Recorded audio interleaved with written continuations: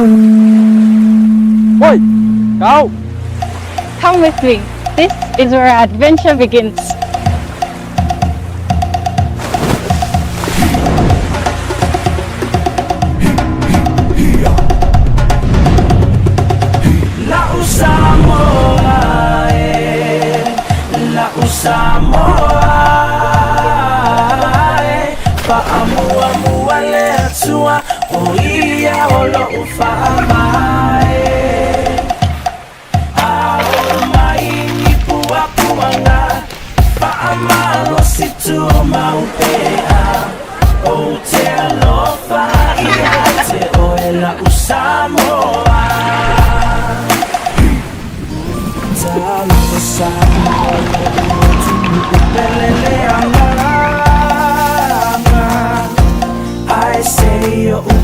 Pese atu mafamatala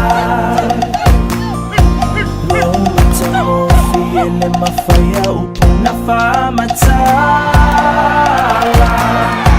Ua numera tasi fo'i oe ile Pasifika Lau Samoa Lau Samoa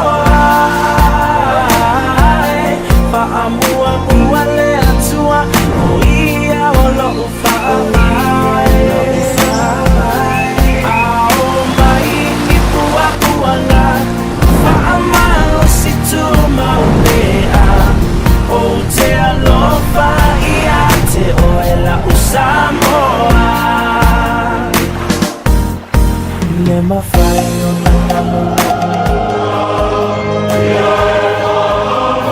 Fa'amalo si tu maupea O te alofa ia te oe la Samoa La Samoa La Samoa Fa'amalo le atua o ia o la ufa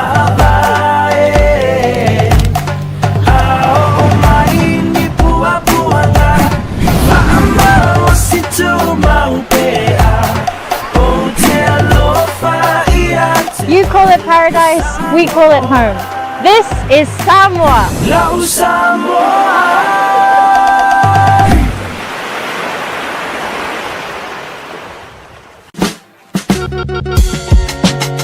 There is no better way to support the 685 than to buy locally sourced goods.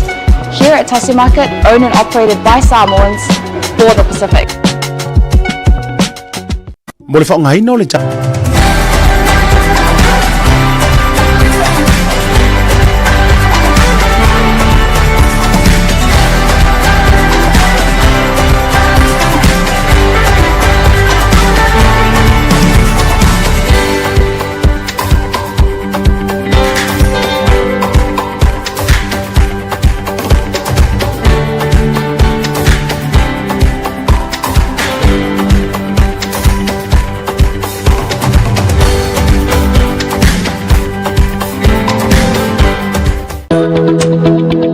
Tala for lover, and welcome to Anamoana Hotel. Located in the heart of the Vaitele industrial area in Nabia, Anamoana Hotel is a place where comfort, connection, and genuine Samoan hospitality come together. Whether you are visiting for work, spending time with family, or traveling independently, we are here to make you feel welcome and at home. Our hotel offers a wide selection of spacious and flexible rooms, thoughtfully designed to welcome both family stays and independent travelers. Our single and double rooms feature modern designed showers and bathrooms.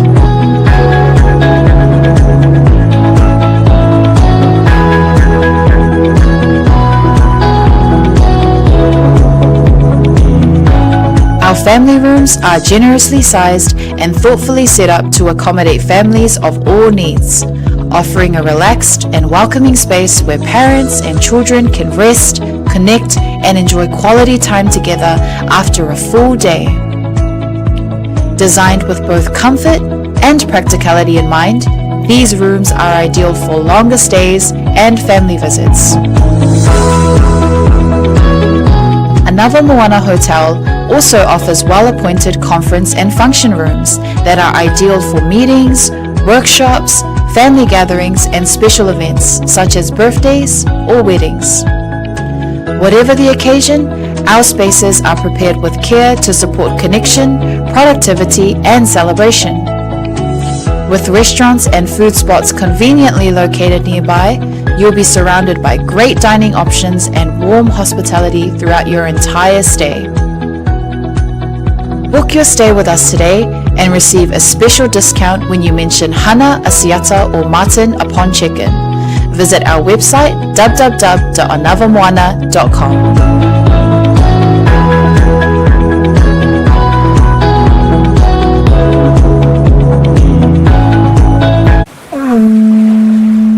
Oi, kau.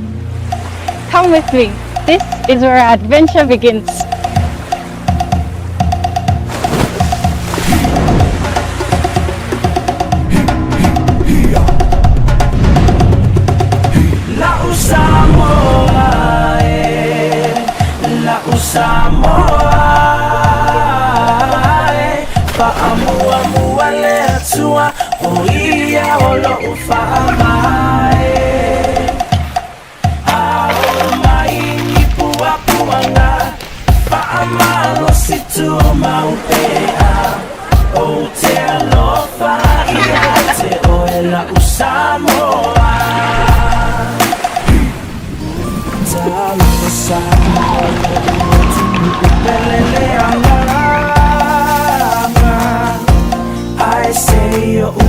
Pese atu mafamatala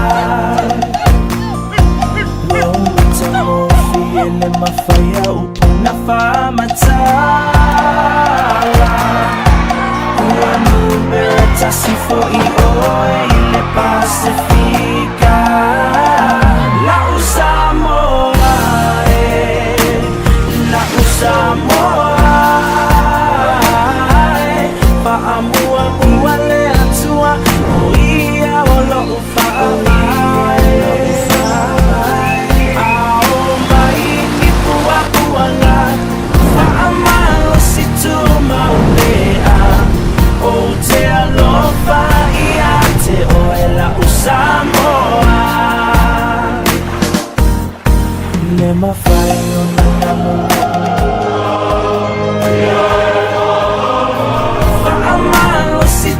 Maupea o te alofa ia te oe la Usamoa La Usamoa La Usamoa Fa'amua le atua o ia o la ufaavae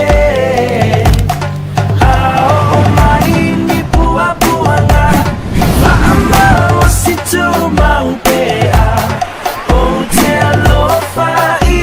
You call it paradise, we call it home.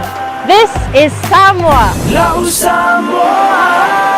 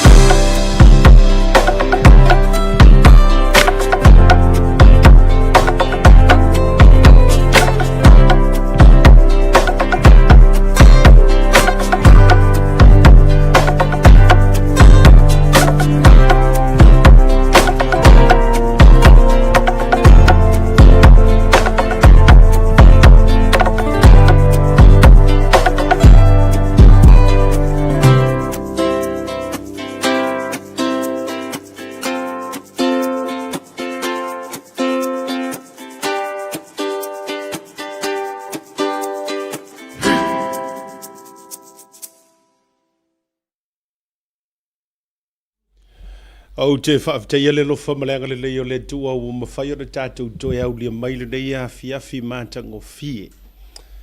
O le a fiafi manino, o le a fiafi totoa, o le a fiafi saunga le mu, o se a fiafi fi le mu. Ea, e ua ina malingi timunga ia i mātou, e le te tele, ia i malingi lingi māli e lava timunga. Ia i le nei aso, ai o sa ona o le wha mana tuina o lo tātou savali ai o le maliu ma le taulanga tuitu o le tātou tongiola a le tātou li o Yesu Keriso. Ia, o le alala lea ua fuaina tawa ia ua malingiringi ati munga fo i le nei aso altoa ma tamai lavaritai ona le laia matou. Ki lani ui o lea. O le viinga ma le whaaftai, whaamanu ma le whaanetanga e fo i le tua. Awa ua ia whaia mea sirisili a wai le lei lava o ia whaavavau lava lona suafa o lona alofa i mai lea tupulanga i lea unga tupulanga i o ai le whaavavau. Whaavatai leanga le lei o lona whaamaoni wa mafuai o no tausile sila mai. Ia o le fo ua mawale malosi a toa e fo i mai ai. Talu mai tātou long weekend ma le aso malo lo na te imawai atu nei. O le e seta. Ia e whaawau le tautua o le au unanga. Ia mai se fo i o le tautua upu. Longo puia li i le paia ma le mamalu lau tele o si o tātou utunu. Le ngata o mātou iau te ronei o Samoa i so tātou utunu o le tofi. Ia o tulu inga o le nei ke lope o lo e au mau ma e no pia iai o lo o tau ahafi fio ma papa au mātou no nofu foi. E tautua ai e le ngata o le finangalo le tua e tautua ai o ainga e tautua foi o fioanga. Ia ngata i leo le tautua malo. O lo fa au pea i le aso ma le aso. Ia, me lea, o le tau au na le nei asiata. Ia, o lea ua toi foi mai e fa au le prokalame ma le tātou malo longa ma tua umi lava. Sa tātou fa amana tuina le taulanga tongiola fa mai o le taulanga i Tasi A'e. O le taulanga na ia whaia mo oe mau. So o se tangata soifua. Pe tau te fia iai, pe tātou te le fia iai, po le alava so fina ngalo ma so ulangona ma manato le tino ma whale tangata. O le tongiola na whai e Tasi A'e mo i tātou malava. Ia, le sa tātou wha amana tuina wa ua mahea, o umana tupu, siria ma le rua awhi tausanga, taruai. Ai ona o le taulanga e le mawhai ona whaatusa ina i se isi taulanga e le mawhai foi ona sui tūlanga ina i se isi o si taulanga. O le lala lea e mafuai ona whaamana tupea ma whaamana tupea. E le lalolangi ma so o se kerisiano lona whaatau waina. Ia au te fia ai e toi foi mai tātou te ngā lulu e whaatasi le nei foi aso o le aso fitu le nei Tuesday o le aso lua. O le neiva yaso, ai o le aso lona fitu o le masina lona wha a perila. O le nei tausanga luafe lua se fulu maleono. O lo ta oto ai le tātou sāvalinga, ma loa fua ai lau maua.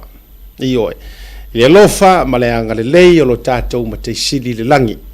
Whaaftai wa tātou toi whailoai, sa tātou si utila maulula.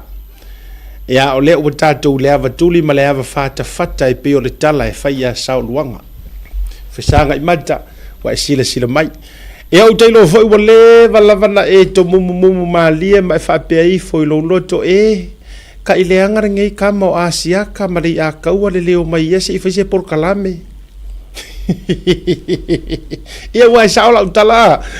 Wa le wana e save wa ilunga save wa ilalo ki yakure ki vi ele ikai ho mai hale awari ia se ifai mai tatu porkalan ia malia feno to finangalo e fai fo yo to fia fai tala ia o lota fo fia mafuta i lota ainga ia ma se tau fai se malolonga io e ia ai fa tai fo inisio ila to sa fai le to tua e longo puyali ia malato wa tala noa i tusa i fo yo me o lo tutupu sa tutupu o le a tutupu e whaatanga tutupu ma mea o lo whaatari pe tutupu.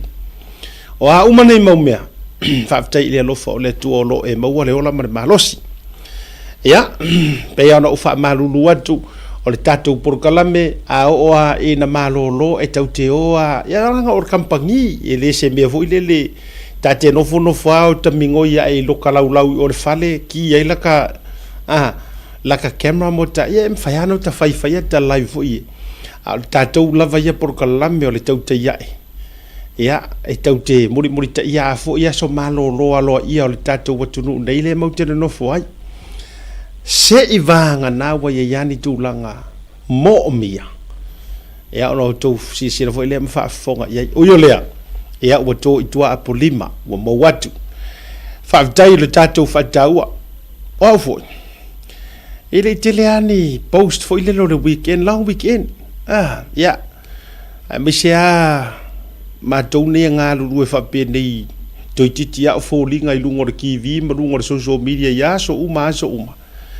there's a time e te tau ai fo i ona e me e whaisinga ko mama tūlanga whapena e o lera na lai ona wha marulu atu ai e re stato proklame ai whaptai ia e hele tani tonunga sa o tato maua ia ni aso malolo o ue makua isi kue are malolo in fact e le o lava le malolo mo miangi si aso off se kele mo miani na aso malolo fu e ka iwa aso akwa fa malolo fo ile mafau ya fa malolo fo ya o vai atu listotele ya e paua o isi fo e ya malo si ar fa solo ato ya ai le fa ina le fa tele le lofo le tua le o tatou toe feilo ai fonga fala ya wala ulua fe sil fai ile lofa mar fa maoni o lo tatou matai sidi ile langi ya por kalabe masani tatou te fia ai o le fesili e a mai lo long weekend e a mai lo fa ma de no le eseta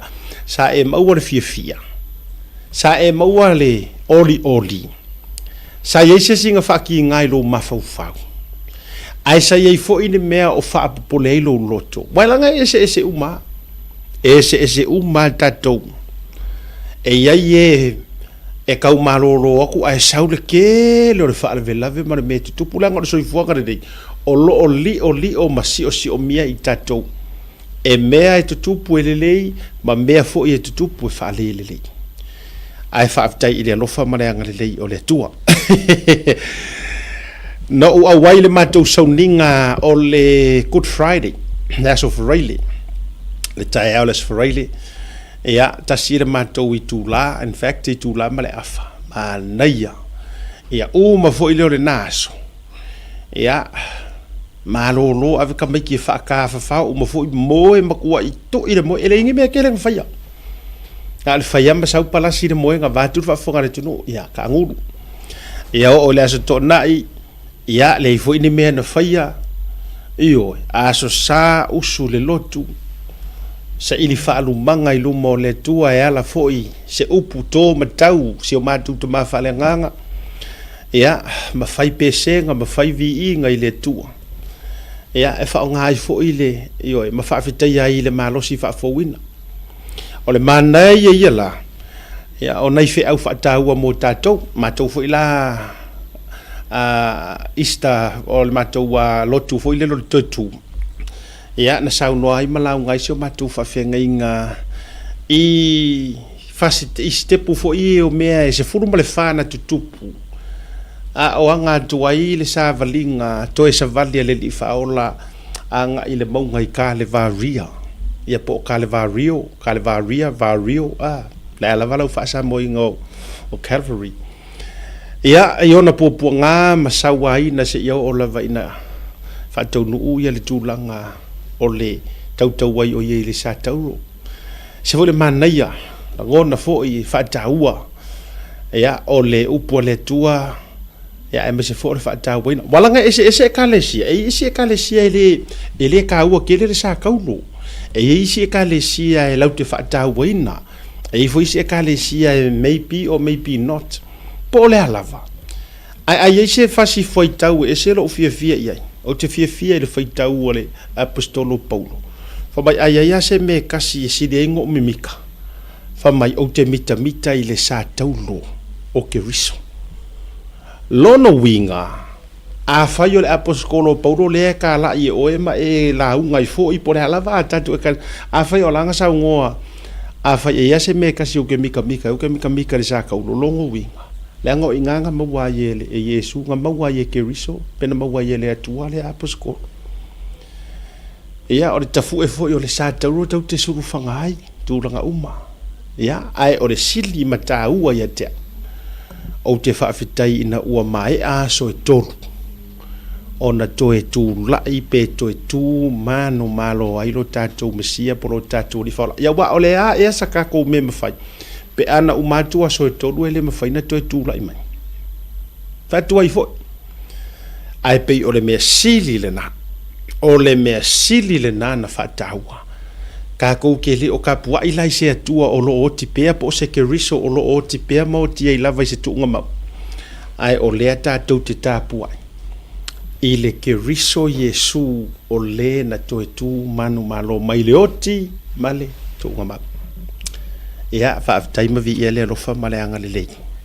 o le tātou mataisi le langi ia o le kau mawhai ngā ia whaasao ringa iwa ia so o wane iei ni mea ai kei no le mea uke ofo ai si whai akura ukala o le mea peito sili lava na o ofo ai e iei ska ngaka so luke wa ai aku yanga postali I kaimi o le so le lae sasa mai le ngei sasa au te ofo fo ita o te nofo whapea we ai wanda le ngei ka ngaka pos ka ngaka e loku sa po se ka ngaka nga o nga whaaforinga e whao ngā mai le wala ngai te tau fo ina iei se panga noa o lo tau langa e si I tau fo ile le koma e si I kau wasai singa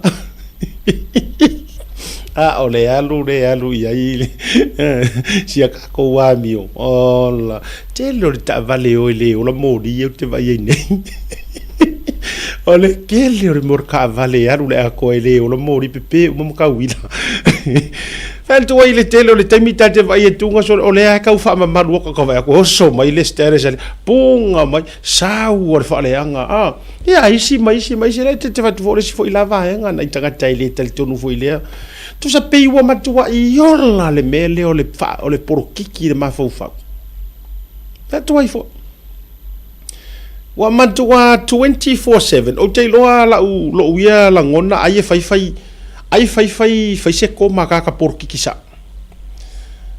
ore masa sa wai de la olai wa matua ia lu fa sa we aru fa soro ako o le tu walalo fai matato koma yoe fai makoma koma le leima fai se malolo e ile fasi fanua na o te fia ia ina ili no ule o fale fasi to uta e ia le fasi ele na ma le fasi fanua le na te le na pasi ele o ka vale le kele o kai mo te vetunga e tusi mai ei upu fa penei sina koma e ja o ka ko ia mai fasi falasi fasco I'm sure it's fasco fa sa o mai upe asese ia le no ule te tau atua ai o te iwa te si male iwa pasene o te ilo fasto ai o le winga o la utala le o te fai atu e iei le fasi ele na e fai ngoa o sina koma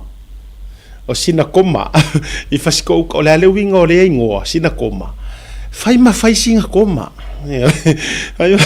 ale mele iei o te ilo e fai koma li ila au porokiki sa o leo ale au le porokiki le iei oh my god boy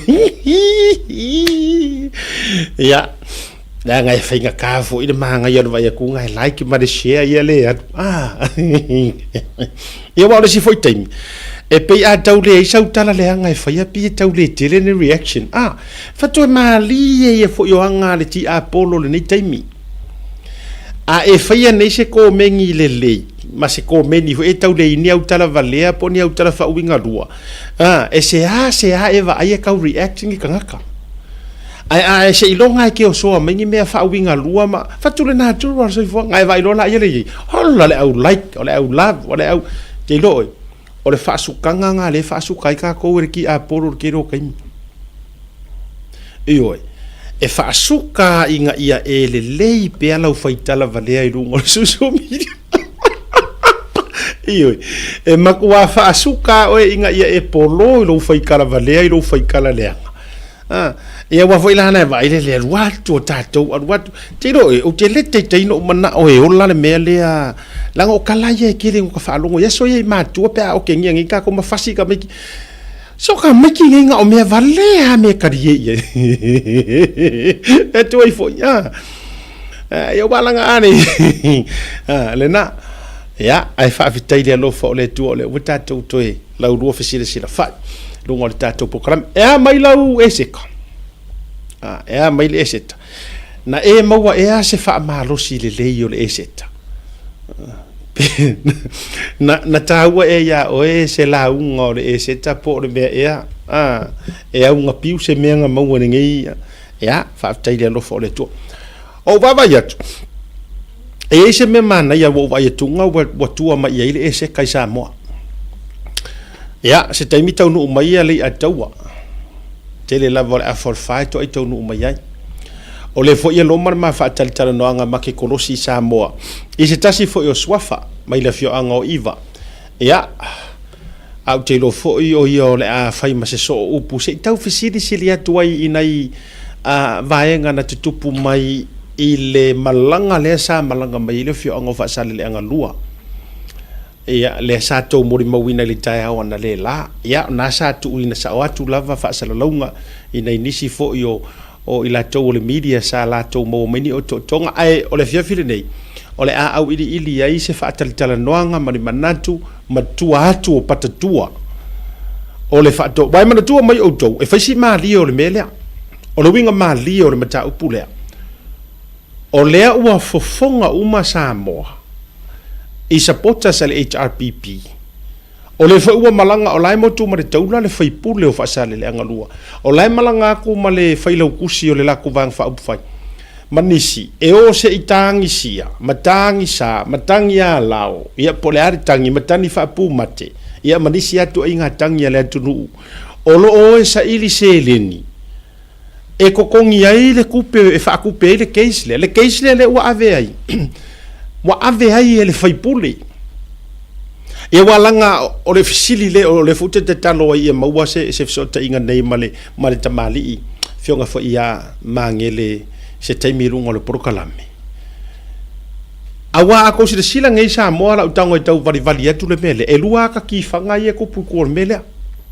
ila ula vai na fa metalanga o le ka ki fanga mua o le fa upunga fa mai ua avele ele faipule male ku malo ile fa masingonga le malo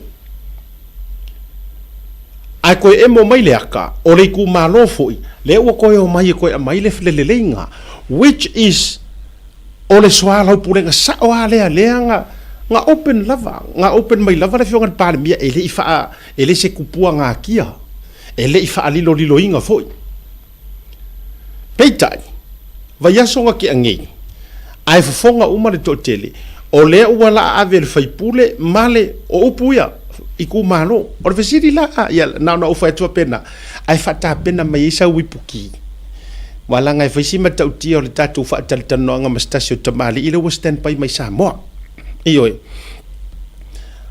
o tuatu o patatu o le nei mea o le ala wa kuloa o le ala va ya tu la tu nei la sa mele o feo ia ngai la fai pule kuloa le ala o malanga ngai le mo ku mai markauna a o le wa va ya ua kasi le ko fa le ku malo la ua fai le mea o le mea ua leva ngau fai o se mea ua leva sa tauna fai mu le lima tapalo le ofi upo la tunu ai ua koso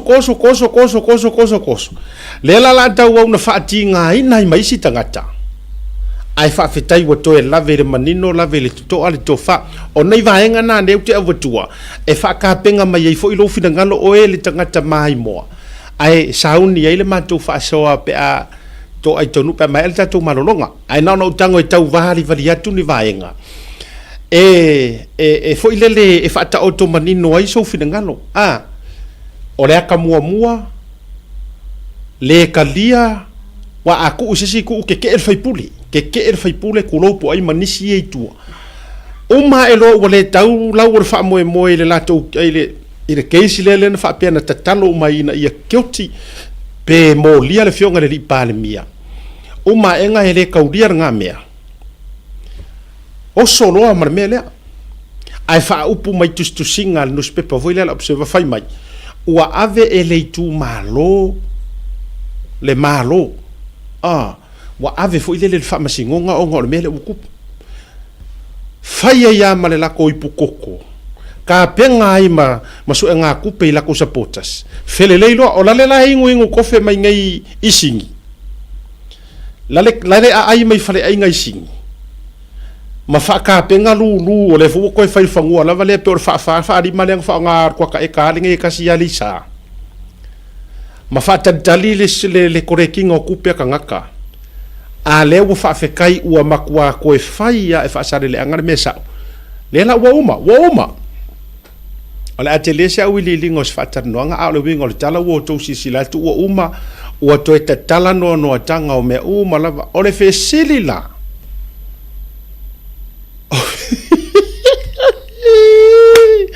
Oh my god boy. O le whesili, o le ala le mele la whaingai o. Olea. Na ngofo ngi fesiri fa pena ya atonu te ua ta pena mai le tatu so upu mai Samoa. Ya po ofese kua paka kua le asa kulo wa ya wa ngana le te vatua. Po ofeo le asa me le melea. Awa fo ile na lu mare ma fo ile le wa yesu e mangi kup ya ava ai mai fo o le ai onge o le kau ave le kupe i kua le ku malo. Ale la o mai fa tinga inga kanga kai e fa ya ku kupe.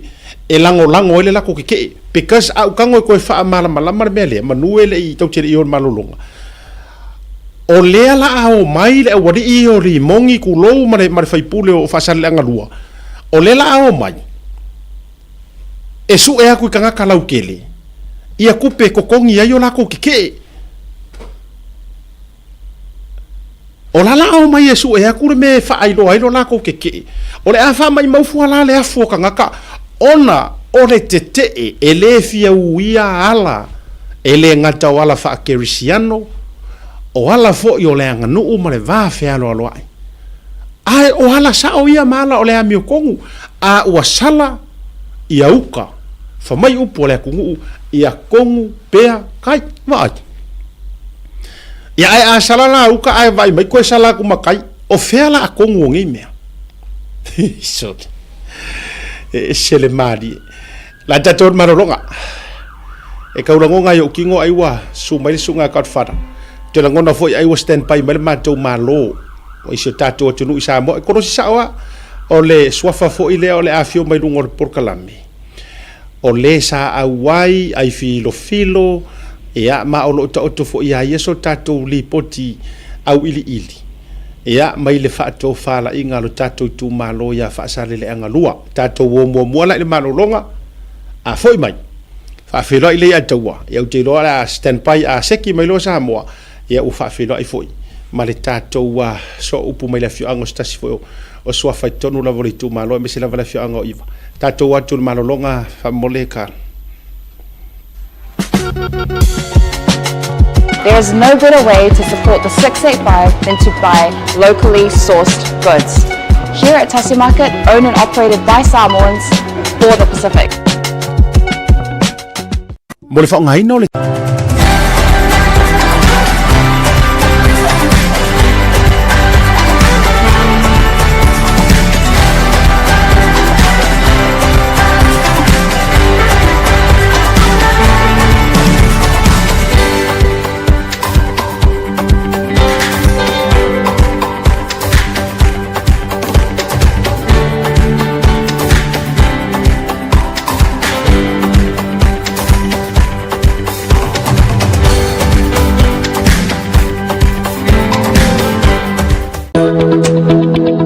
Talo for lover, and welcome to Anamoana Hotel. Located in the heart of the Vaitele industrial area in Nabia, Anamoana Hotel is a place where comfort, connection, and genuine Samoan hospitality come together.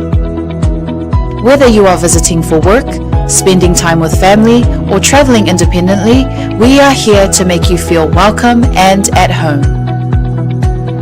Our hotel offers a wide selection of spacious and flexible rooms, thoughtfully designed to welcome both family stays and independent travelers. Our single and double rooms feature modern design showers and bathrooms.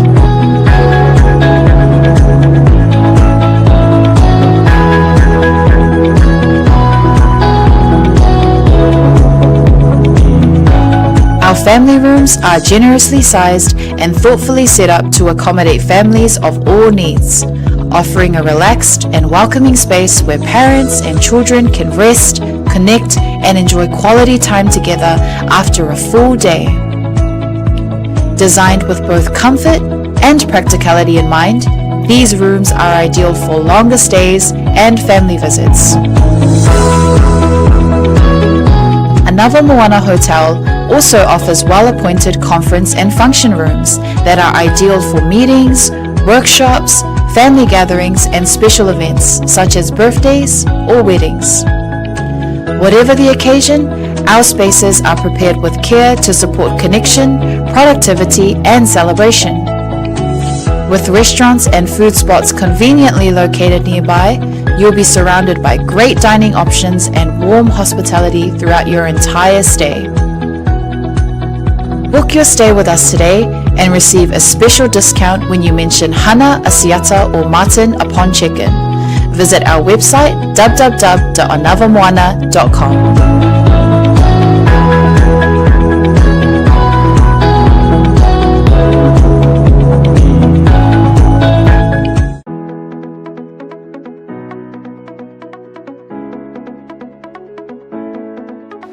Hey, have you signed up with Blunet yet? No? Well, let's fix that.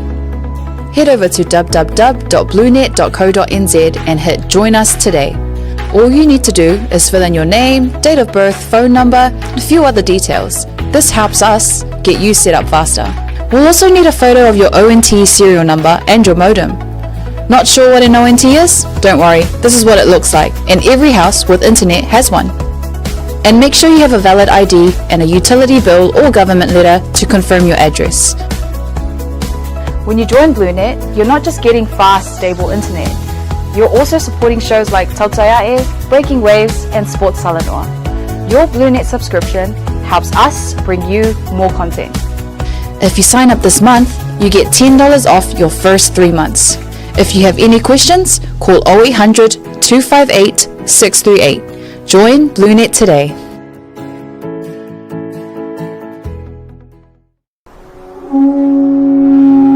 SMI Hardware is proud to be Samoa's leading. Joy Fajalo Fatu Talimo de Porclame Mano Masari de Vagola Fiafi, Tolu Summer Family to Jale Alpha or Le Fa. Oi, Manatua may foi. Ole Wamato to for Itua. O Mato daylight saving and La Sosa.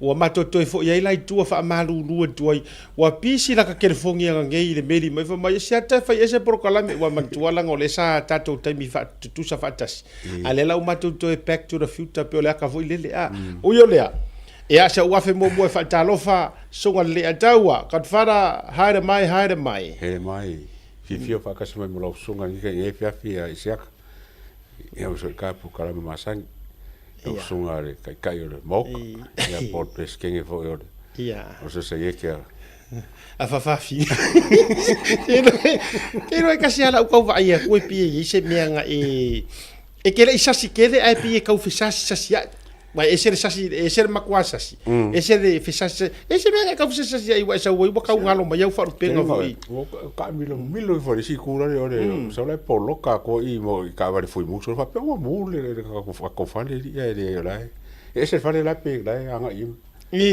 me la ga o ka mi lo o ka o se le lo ka mi lo ngi ia me la va ko po mo o se ke mi ka ka wa ai se ke mi pa ke ti ho le mo me ko se o so le hawa e ro iso emergency fund o se le SOE ya ai fa vetai e uia inga e pi wa ka wa suru soro mai ya le wa e tau nu lava wa tau lava i lalo le wati ya ka fa Samoa ya ranga le tua o le wa tau nu mai o le wa va ya tu o le o se kire ka ko so te inga ma Samoa manatu ya le a faini sta fa so muri ai se tao se fa fe lo ai le tatou wa malo Samoa fi fa lo atu o le o mon ma tu so te inga ma stasio matai o le tu malo matai fo o le fio anga o ia o se fai pisi nisi tonu o sale lolonga ya wa sale lolonga ya pisi nisi a me se fo so tatou tu malo elenga taile o ia foi o se sui o le fono faʻavae faasale le anga numera lua o le fionga ia mangele marina le ua maua le matou fesootaʻiga i luga o le tatou poroklame faatalofa o folofatu ia i lau fionga mangele lelei vaga o le afiafi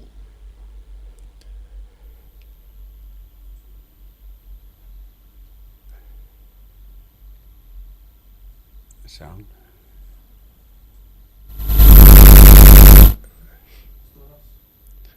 Ia, sei tau whaamore lava lau whioka mangelu ke longa ki lia lau whaafonga mai a mau, ia tiau. A le tau e leo fulu le lei mai le leo, whaamore lava. Te no foi le o kei e tuali tatou end. E leo maua atu lava, sei tau mawhai lava. Leo manino atu no wata, mana ia foi le vava i atu, le vosi le sila mai le atu no. Ai toi lava le tatou audio, sei tau whai pe kilia mai le tatou audio. Ia pe le o mute fo ilu mo le telefoni po se tulang whapena.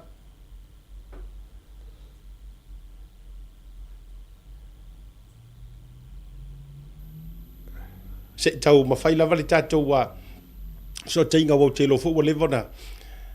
Ia, ta pena le whaafwhamau a le atunu. Ya se tau fixa tu lava o te o leo ke ya tuare mantou end a pe ya na masani ai fo inicio tatou fa tala no nga manisi fo yo sum ila tau ngore sum ya ai se tau va ya tu pele o se setting mai a ai le va nga fo le lo fionga ma ngele wo te lo wa masani fo pe a fa pe te final leave ai ko rejoin mai e join with audio e ya le option na le fa mai pe ke e join with so kangwala fili vai ngana fa pe join with audio e wa foka mixa vai uma sangi me yeah Carl will try and fix it but once through my le awe te pole lo fionga mangele le se ta mo fai tu lava so out ta to audio le lava fo ta to taimi le lava ta to taimi awe te pole and fai on leave to rejoin my lo ta to zoom ya on the fa awa ulo tatu fa tatu nga to foi mele atoa a ta fa tali ile to e fio mai ole fio ngale ia mangele po ia foi ono tono le fono fa vai ya ole matai ro to tua fa foi ana pisini si Samoa ya se fa tali Carl, can we just try it one more time for mole ya se to e no mai lau fio nga po wa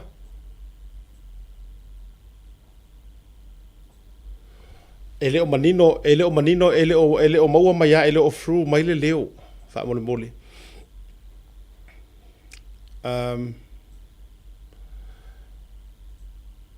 ele o fru mai le leo lo fionga le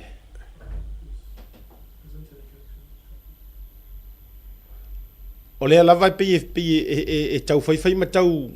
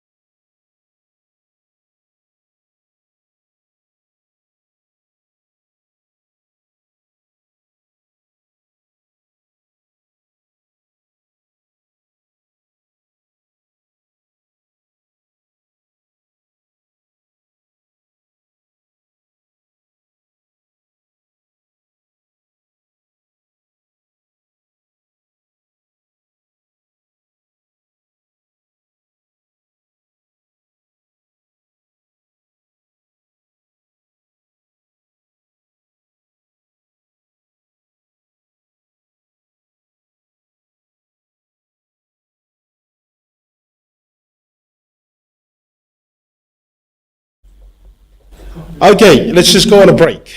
Let's go on a break and then we'll come back. Whamun Molekan. Okay, let's just go on a break.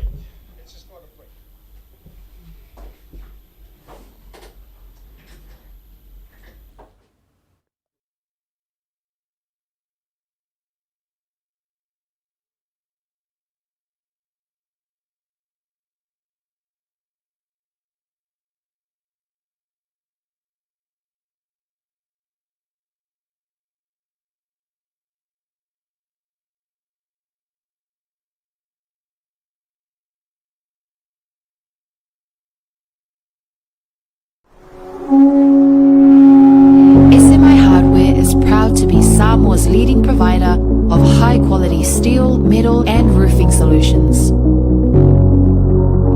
Colors inspired by the heart of Samoa, from the deep blues of our ocean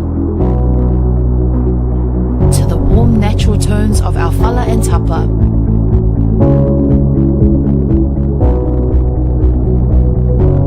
To the vibrant greens of our island plants. With over 12 colors to choose from, you can find the perfect look to complement your home, business, or community project. Built to handle the sun, soap, and storms with strength you can rely on for years. For durability and for style, SMI Hardware is your #1 choice.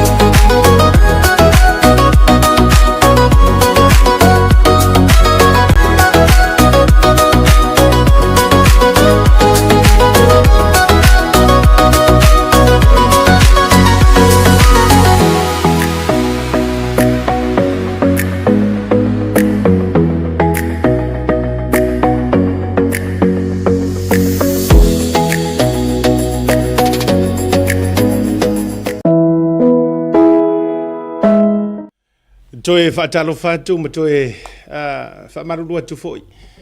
Ia I le mai moanga fōi ma le a me se fōi tau whaale tonu se li tātou leo. Ia na umana whaale tonu mai li tātou sumoro tōng whaila vai o le ukili mātou end. Ia o te ro fōi tamai o le tau fixing a kunga o le audio a Samoa le ua overfixa kua I mare maa audio le a o le aiseki ka kouia I. Ia le ukili tātou pitol nei. Ia whaafitai foi a te o tau o lo tau soani mai. Ia tūlanga foi o le tātou le ua māua le leia tu foi. Ia o tau whinangalo ma. Ia me se foi o le tātou ori o te lona o toi seki. Ia esi Italia pe Samoa. Ia po le ale tūlanga o lo tau to mai le suma le ale fionga ia mangele ale ataua. Ia, māgaianga. Ia te e toi saunga mai le tūlanga le nai langa mangele vanga sa saunua. Ia langa I le ikilia le audio I lunga I lau saunuanga. O le aso ngā whirwhongo le sa whai o I Savai. Sa karonga I ngai le wha maula longa ale kumalo mo whange mo ko whilau fo ila le lingo. O kuranga ngā o i ko wha fo I le kumalo. O ngei, e le kupun mea ngā. Ala ke wako li poke la psewa le sau. O sa waile se kupe ma wha maula ngonga ma whakoesenga le kumalo, le I o whakoesenga. Ngā pai loa le koko le kumalo, a maka whakoesenga, a kua loa le pari mia, whalapa. O I ngā la lenga o maia, e longo winga la o konga ma kupeng sa munmuri. Whalaronga masangi ia. Ia. Ai le iafia la, le iafia mai le karase konga le whaamaulonga lenga ka ua le lako whonga ngafi. La le sa kaumwhai e confirm mai le ka suile kaumwhai mai.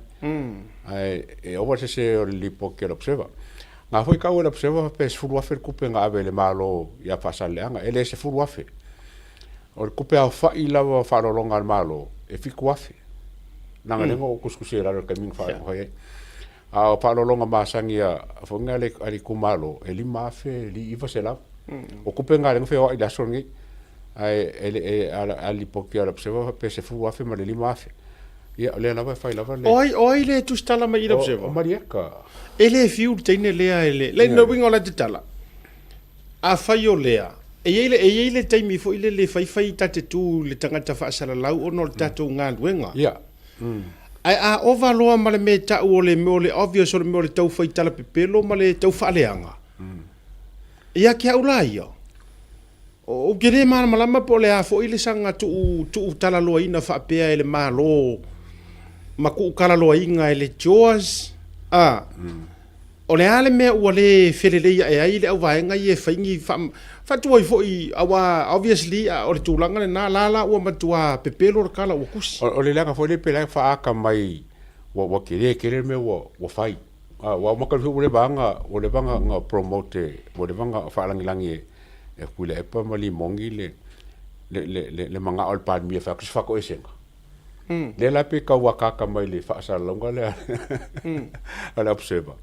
Ai le la se whako e senga whai le se whaalonga o se whaamaulonga whai i le so, i kai au.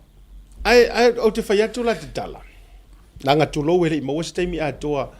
Na o lore sau noanga le whionga le pāle mia le ataua i le vaenga le watalia ai.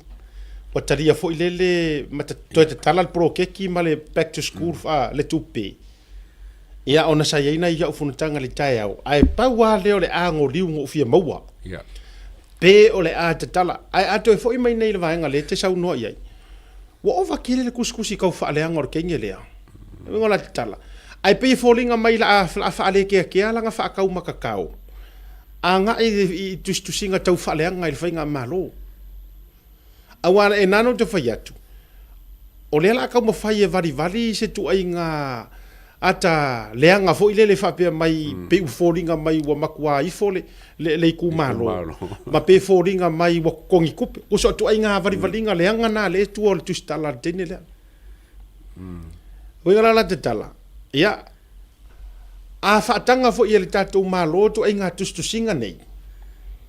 Ken ia te ua ia malo ulangona au fuar koe whaia ave eser kula fongo awar koe awar loke fuar meo kau whaleanga o kuskala. Pe afa pe mexe le winga lo te whatuai. A whailo ala alau e tatou le mele o le kupangangoa o kuskala ia e whailanga whakuanga kala ma whaaleanga ngai le malo. Then I guess io ele o mawhaina fua fo i o tau se to inga la fua i to inga tustusinga whapea. Ole mo time scale a sia kalanga le fapalang. Le na Maka le foi para nung spepa le alu fafo fai kawai ya ko se o longa le anga le nga. Ka ko yele ka ko yo ka ko ringa ka pepelo le. Io ai mo le malo la vai mal image le malo. O ka un fai se fofuanga nung spepa le. Inga ye mo ba yele malo ai publishing le. Tu sore nau ta inga le tene lea. Le lau ta ua tuali atua. E fia famous e mana o fo ile e public wai loa wa loka ia ono o lana ngā luenga. O e tau mo mai. Ka peo tiba. Ko se pe e fia driver, e fia papa driver. E fia papa driver kenge lea. Mga loka. E fia mga loka wa fo papa lenga loka I fiki. Ono ona fo itustu singa tau whaaleanga. Le lau wa leone le so ngā driver. Wa se sengi ma fiki. Ioe. O le alai mana o le ia mai tai lea. E fia famous fo ile le wa fo I whapea a molia ia ma lokanga ia o nga feel sorry umalea. O na feel bad umala ia le kusikala lalang. Ioe. E te lo tangata feel bad. Na le auto whaleanga fo ia te na tangata tau whaleanga e kukusa whakasi kou mea ngai whai. Pau na nei tangata a tonu e tau feel bad I lau mea. Wa whai nana ta whai atu.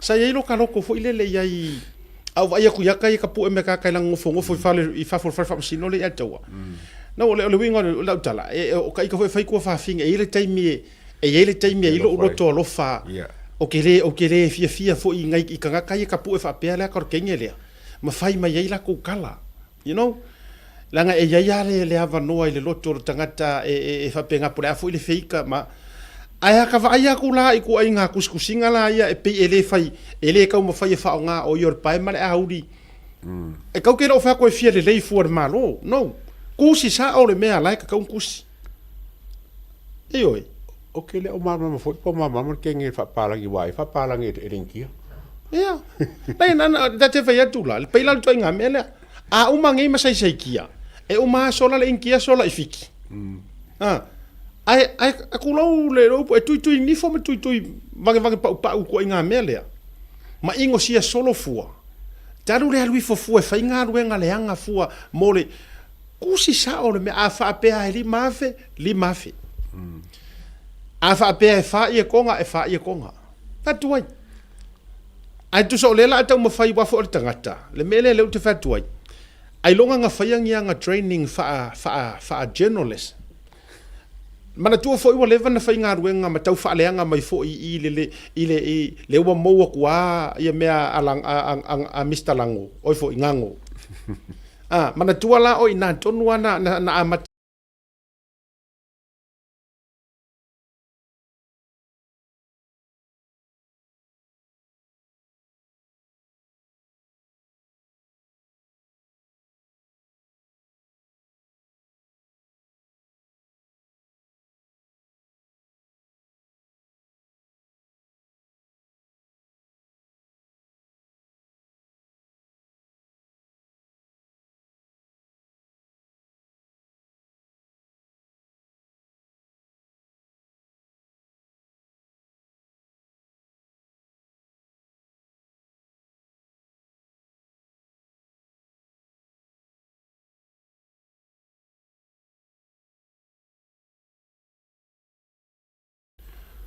or kuskala le kuskusi ringus pepa e ke le kusiangi o opinion e ke kango I poki le mea langa sa e ke li poki sa o le mea nga e vai ai lenga o le se nga ai longa na o langa mangko lenga e sau e fa sala lau mai mea kau fa lenga ia a lope le la wa e arua ia ma le ko inga me fa pia le wa lau kuskusi wa ele loa le ma le leanga wa ele loa le nga mea ma le wa e kuskus kau fa leanga ia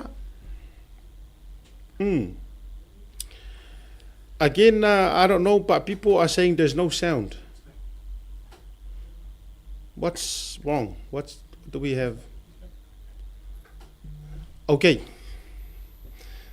So o winga na leo te fai tuai a le ato. o ngā kongo o le paka sura pse va se kaka o le kuwa I leanga ai mo kongo ia marieka ka fo nga faisanga ia fofanga I longa ka le leia ia malanga kuskus ka le leia wa sa yo ka ke lo fa ka vai aku ai ka fai ka lo ia nga kuskusinga o so ro kai era mo kai ka o se le ka ke lo le me la kuskusia ia sa nga e mo kwa a le se fa liunga se fa winganga pepe pelo lapa eu manga yo se kuskusinga fa ngi ai me nga mo kwa nga fa ia ia ele na tonu o winga na la tala le tati fa yatu vai la le wa fa atoa elana article ia tau fo ia ta ki aku le me le ia o ku ngai ku ke fa ia a wa te lo fo ile matuangu wa le vaenga le associate stala I Samoa po fia lo ke sa pela inga ai le ko inga mea fa tuai wa ngu oi ya wala ko me ska ka le sa I kukuila ka fa kukuila le wala ku oi foi le ngoa ia le wala tu foi Samoa la ve ko o sosi la kuskala nga le au kukua fia mana tua foi o tosi le au tele peno vatura tala o ia le na tauna muar campaign ale al sap kasi le kama fa perepele fia me fa popo ku ia mamainga usa wa kumu ko kongu o le ile vaenga ioe ile au HRPP mar vaenga fia me ele mase si ke lo ai longa ise kuskala SMI Hardware mas kamo o savetama mangisi lava e o fo ia langi ke ro mo kwa iliwa langi kongu on mela ya wala nga fenkanga nga sa o le langu langi ya langa wo fe omi ya ide I te tonu o le ato. Sa o le ia. Le la foi la nga le ku faua ia la vaenga ia kuskusinga a arkenge le o malieta.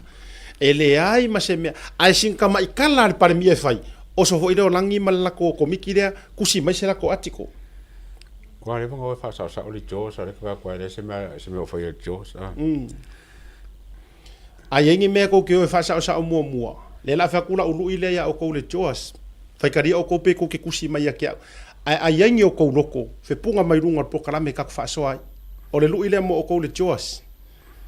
Oe langi oe au kanga vaia o ko uma welcome to come on kako karangom kako faʻasoa.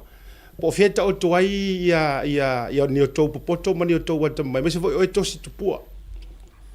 O mai fipunga mai runga I. Ele le foi va ai mai ole ku ai si kako karangoa ka ko au fasara lau mara au kuskala. Manga ia ngale to. Manga ia ke. Ia. O mai tatou tara no po e mua mau ai I fa ngutu lua. Mar tangata fa ai tu au. Manga ia nga. Ko mai au porkiki ai fipunga mai runga tatou faʻasoa. Because ua le la va foi kanga kai le ko inga mea singa mai mea ko fipunga ki fengi pai mala fai. Singa kama I mea ko ai le ma se kai mim le ma se o ko e fai se faku. E fai se kala e kango e fa sa o ia kuskusinga ia observer. Le nga o le afeki ai ma le aru nga I fafo. Afeki ia kuai o le kau ma fai e ko e kuskusi fa le Samoa. Le vai to sila mai. E wa mai le fa tuanga ma le fa tua ni e le tatou wa fa te le lava e le mtanga ruenga so o le afo. STA Samoa Tourism Authority. Le wa mai le fa tuanga e fe so ni le tatou company e toe tu le ya Samoa I le lalo langi. Beautiful is back, home is home. Mai.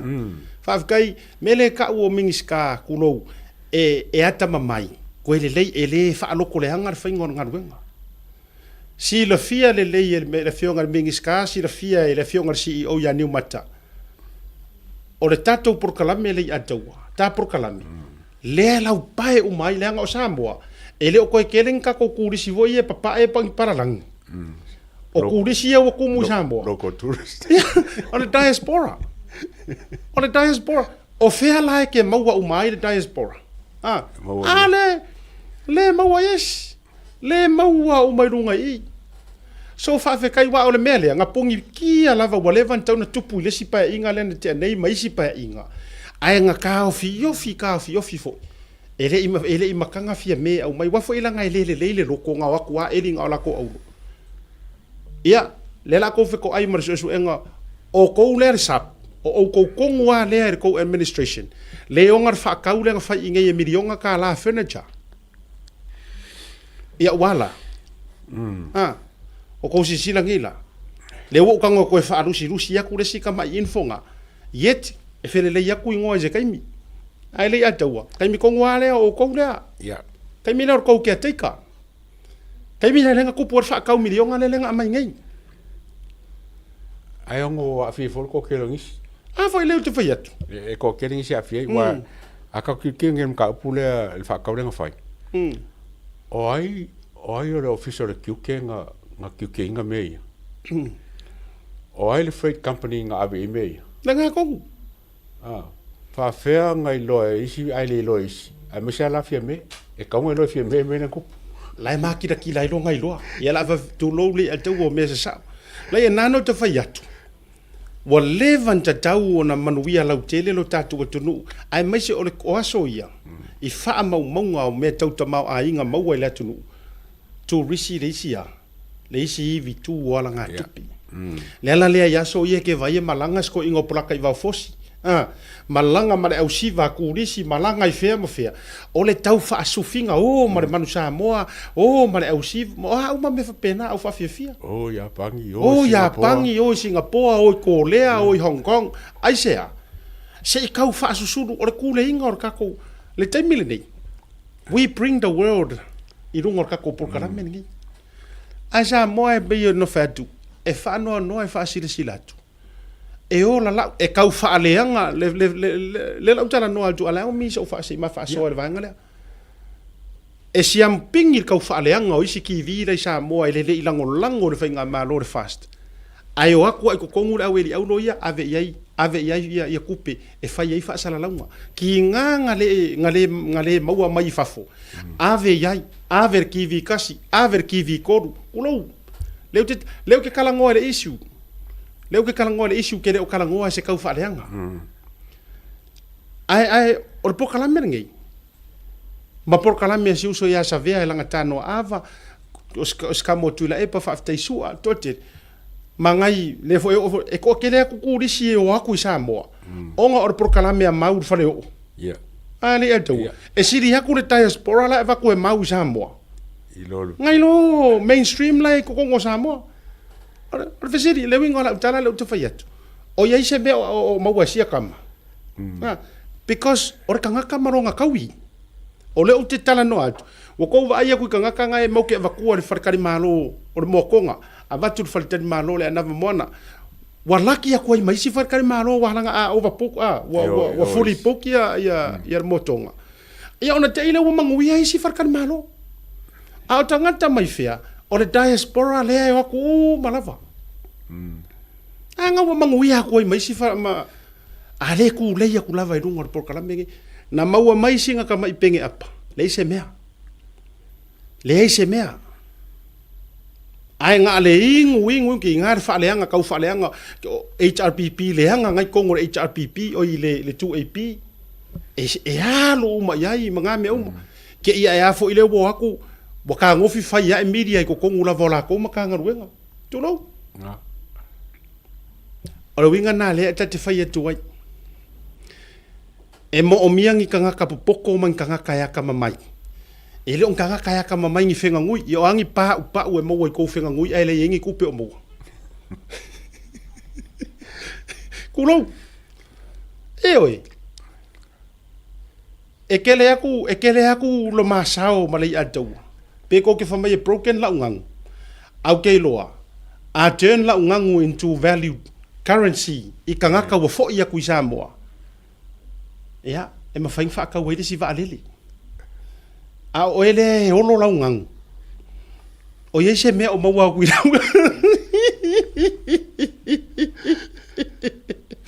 ia nena le winga la tala wa tala no le ile vanga le atua because ole media nga wenga ka ko media le fa Samoa ko ki kele se media malo nga le kau ai nga o le kau fa alea nga le wo ifo le si au vai nga ia ai le la ofisa a ro fa ko ai Australia ai a fa sanga mai ngai la laure ka au ka ngaka Samoa i Australia e mo mele ato awa o sifi o le au le vai nga le wo pu live mai ko kongore ole ofisa fo ole chos a tangata pito sili ia le feika mai a fai ngai la vai nga la a fa sanga mai ngar fai ngo kala o kulisi tatou wo le te fatore issue a fa sanga a fa kulisi la fai ngar wenga lai ko kongi la taxi Australia oi lai ko kongi a ko fa sanga ngel fai nga a ngai ko ke e maru ma ko fa sa vili kongore ofisa nga fai mai kulisi awa tatou tango fi fa fai ngo fiele nga ngana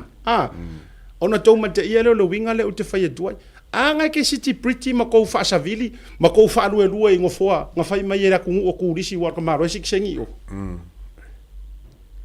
amanga ia Australia service ma o nga ka Samoa nga ka penga fo ngi mo sia ku i America ma ko ila ma Hawaii winga na le na fai atu o tele le tusi tala tau fa aleanga o kengelea ai lava se fua fa tau o tou ia tau te se le joas se faifo paulo mele ko fa karikari ai o se me fu ile e o kengia ai le pare mia pe fa sa o ye pare mia nga ko mai fu ile ko fo mai o wa sa tia le freedom of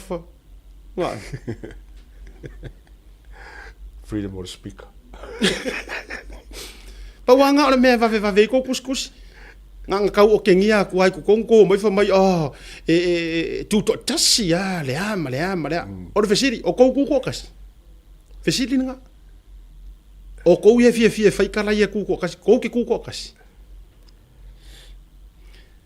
o le ai tau mo fai atu kala how's our connections with Samoa afa fonga mai la fionga ya mangele si to try tasi mai lava le mo tatou taimi e mo la no to foi mai ia fa saleanga o le fisili leu te mana o e whaataua le ta faʻasoa le nau a se i fisilingia le fionga e mangili. Yeah.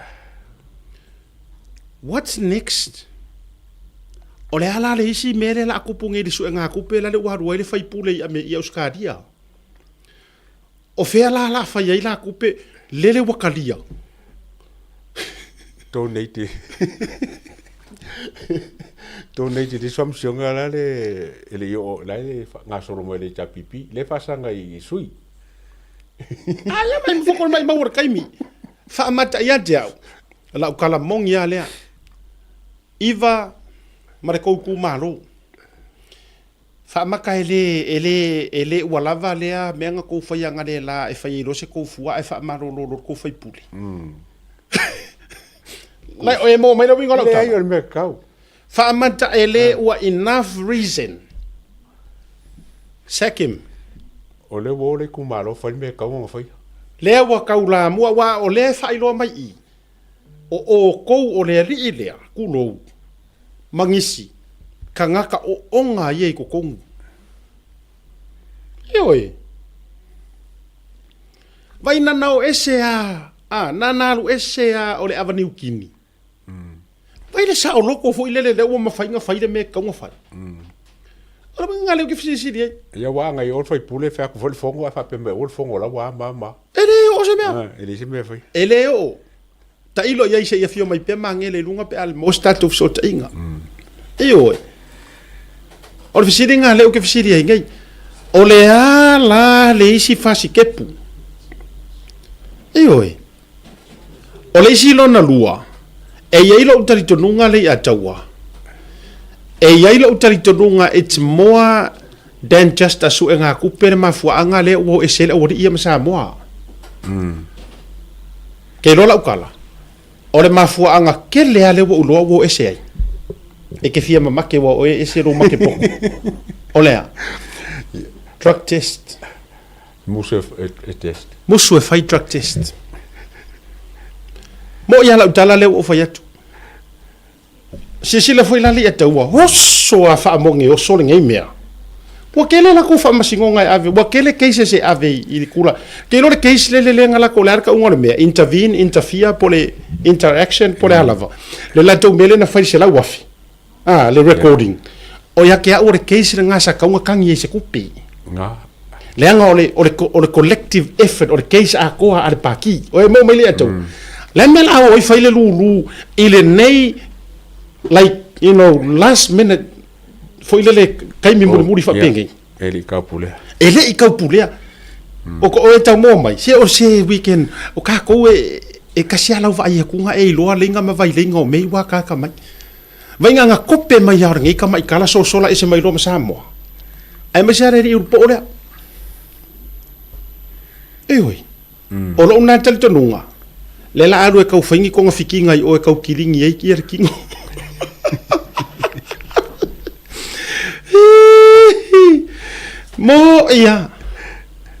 Mo ia le ataua. Ke lola la alu e kau kope po hangi ngai me kau walanga o vai akunga. Lele wa alu o sa ngol parmia wa umma fo inga whaile test al parmia. Ala wa umma nga whaile drug test. Ruinga la na le wa ufatu ai nga o nga pāre me lea filosofi roi fafu. Ya la le umio. Ya. Se e maua. E matua maua. E kusa pe ngofo e faise ka o konga yonga lima walanga o re kalare a Samuelu. E kui. E kui di mongi. Kui de lima. Lei ataua o te whaiatu. Through my experience. Wa aia yo mata. I o te wharepui ma mea umai through I ka ngaka I a drug addict. Ai se I vanga ngai ke alu e koe whereka o konga soro a koa o lo lima mana me lea o ala koko ia. E umasangi nga kuia ile Se makua special ale whainga ngai loa le ua le loa o e ki whao ngare kui. E ma whainga e whaiar kiringi o anga mau mea. Ai loa le I lava mea o lo lima ma lo kingo e ka kui. Pe ata tu tau whai tuli le wha maonia ma le wha maonia o le mori maulenga o mai Samuel. Ai ate au. O le recent ke le ai kua. Sila foi la. e le i au wai uma le kumalo le mele wo ave whamasingonga. Ah, le whamai e le awai. Sanonga nisi au ala mala pala na e awai. E le ilo fo e le fonga fo le kumalo le mele whai. E le la wo nei ave nei to inga tangi whaapea. A le u mai e sele matanga. No, o te le whai atu matanga le tu malo. Le whai pule. Yeah. Tau te silafia. Whaafetai wa eventually, it's a victory to the people. Not their leaders. Le kumaro le kwhai. Not their bad leaders. Po oi lava len ka ia mea ia. E nana o whai atu le ataua o le mangu malo I ka ngaka. Vai nganga vai o ia ilo mai ele o amanga ia ka ngaka. O le mea pito I mata ngā. O le ka ngaka e whaalupe o le ka mao le kumalo. Ai u mai longa kua lai alu whaapea o se mea le leila e alu e whai. Ai whakangofia e ale kumalo ia masi ia la kou pasi sao la tau maoe oe. Langa lai loa le leia le kumalo iwa o ia whasale angarua. Se whakula ukara lea whawhekai ua koe poko ma ua le moe lo loa e pe o le upu e whai a kakou iwa. Le whako whekuara kala le lea tau. Langa kala le whaisio mako hui iwa o le moe lo loa. Ai whawhekai ua le moe lo loa a ua moe manga ku ngaku e pe o kala ngwhai a ape. Ai sea e le popole va ai lua I se back to school e le popole se rua milionga lai kele anga kupe. E le popole a makanga la le aru kuloa e le ngakoro e le popole lai kele kupe. So e le kea ka ngaka ia. E le kea pe o le ale kulanga pe ko ke mau kupe pe ko ke le mau. Lai kea ia nga o ia malanga ia ka mai fa la poko langa se ko a de. Ai fa fe kai. Nga uma longa pakua e aru e po fela e aru ka whaua. Ai masi I le ku malo. Ai sea, le anga e kakaunga ifo manguia o le malo I ko kongoro ko ku malo. Ili longa fo fai pule. Oh, ale ku malo fai. Ili longa fai pule. Ili ilo fai pule le ole ku malo. Au oi. Ia ua sa o alar kakaunga kuri. Nena waka kaunga au. Ka fe ai fa longo mai wo mari ku malo mo mori se la fai pule fo. Asa kau fai le kumalo. Kere ngoi. Ngau e kar ngā le kumalo ngafi. Ngwango mwanga merso sa ngafi. Mai ngau e fai ko fale le kumalo kar ngoi ngam ka pule. O fak. Ma ia ra pa ke ufa kusko ko me. Ai ma mori se fai pule. Ko mori magis. Ioi. Lai nga fai aku. O la ufa fetai le tua. Ke loi ngau o mau le news ko mau ngafi. O mau me ka penga la o sa ungi ka penga nga o fa pe I foi lo loto lo wanga fa manu tu ia Yehova o me o ma foi tonu ya te o fa manu tu lo na swafa pa ia o le ale wingor kala se ere o ni fa masingonga e so ai o le a fa ya le sa wanga le sunga le fionga le pare mia le nga fai ko kongu le nga fai sa o le lo limongi lai ka mafai a sisi lo kuinga I lunga. Vai. Langa ko ke ka mafai a sisi o ko kuinga I lunga. O le mea konga nga lenga fai va ai lua. O le sisi o longa kuinga. Lenga fai wo so fa fu se now. Allow us to go back I langa fa ko senga kongo le par menge. Bo ngale pe ka o mai isi. O ngale ka o mai isi le ai. So se mea ele I fu inga. Le atua so se mea ele I ka penga le inga o le mea ngai ka o le mongeoso ele se mea fofoinga ele I never even I se mafofonga te tulo o kere ka wa fefua le tulanga le fa maite ale li o le tu ya la vea mo umang maku faʻasoa I le nga mea ele afainga o mea fo I ko kupu pare menge ya o mea fa penga kongi aku kongi mai ai tau te fo I mai peta tau ia se turi matanga le kau fa nga I e va ai lua o le avangoa lea e oso fa fu se ia nga mangingo a le kali mai al par mia o re kako maka upu ele se maka upu e o mai ko kongo se par menge no lai fa kali mai nga fai upu mako inga ia e au fiai mar kanga kale kasi longa vai nga fai upu o lafo e koe fa kali mai e koe fo ia se fai po le se kala e oi simple resolution ia ale ua fai ia ia wo so kula e upo le tunu e fa pea e sao ai le ao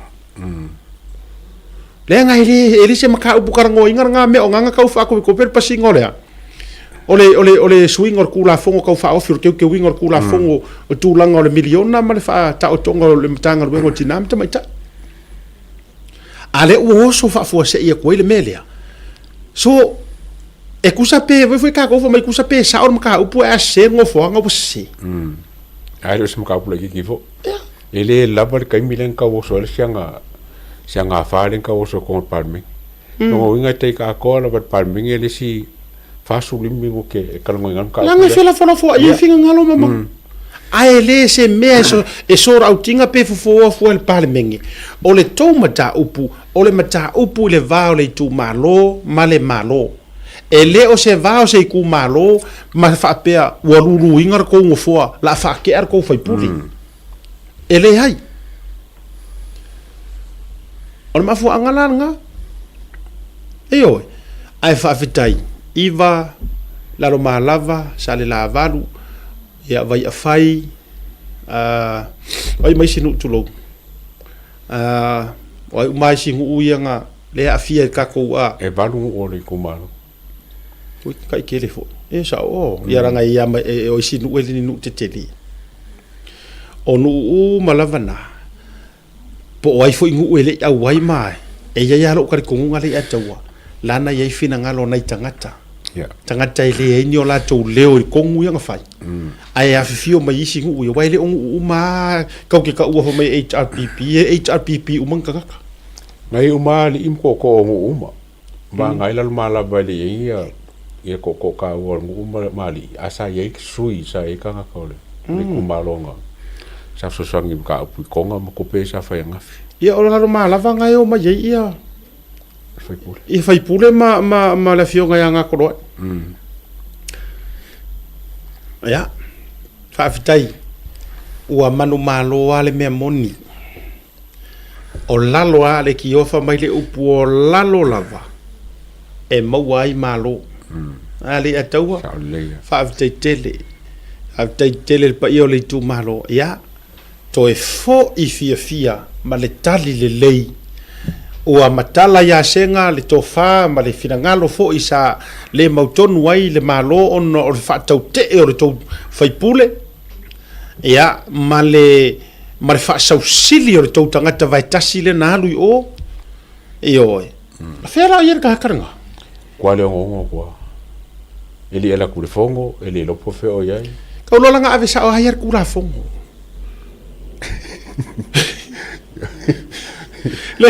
le ale alu e vai tau la botalia fa sale leanga la botalia fa sale leanga rua ai fa ta vale pela nga ia we o te ta vale nga I kai fa masingo se fa ye le malo si o nga fonga malonga fo kulo sole a wongi ka ko fa pe o se me le ami o se me nga ami ko nga me sa lauka sa yes e mo fanka ko waro lofa ai a o le fa masingo mai o lafo mercy cannot rob justice yes ole justice alu laia alu fa sanga I manga upu ngala lafo le waifo le waseki le waseki le va le ku malo ia male le walu fa kasi ai me ia peanga ia malanga malo le nga fa me ia ai le kadia nga konga ma me ale ai o ke le lo ko ku malo marangu upu le fa fenga ka ole ore ku ye yo singa ore pa inga a ko le ai io ia wa ke lo a fa ke mai mai ia ele lo po fela ia la ku vo isa lo longa ia la ku vo mo kwa ile fia ia isa lo longa le mere ngaru fa yo ia ore vaenga le leile na o le tulanga ia jau fo ia fa fitainga nai lo loto fa fitai tele lava ia o toile le ale la sa me ngai ku lo fa fonga mele tunu po fe asu e ngai ku pe ya la fa ngai de atu ia ngai le lo po la po o ko nga fisamo a o va ku bo kaso le lo ngo winga ai fa ron ku la ka u fa kasima ma le ku malo malo e fo ya e le la fo ya tu nei Ia, ele mafai po le ala le cancel, ke roa kanga kai o fia. O fia i sapora sa le HRPP le nga feika me lea. Lang foi loko se fera ko kupele ko avia. E wa le ropo le me la fai. Ele mafai no mai o no le case le ai o mai ngo fo mai e o nga o cancel case nga. Le lava ku desi case le. Soli. Tatou atu marolonga, se tatou sia kika si lava le fionga ya mangele. Tatou to mai la ele le tatou proclam.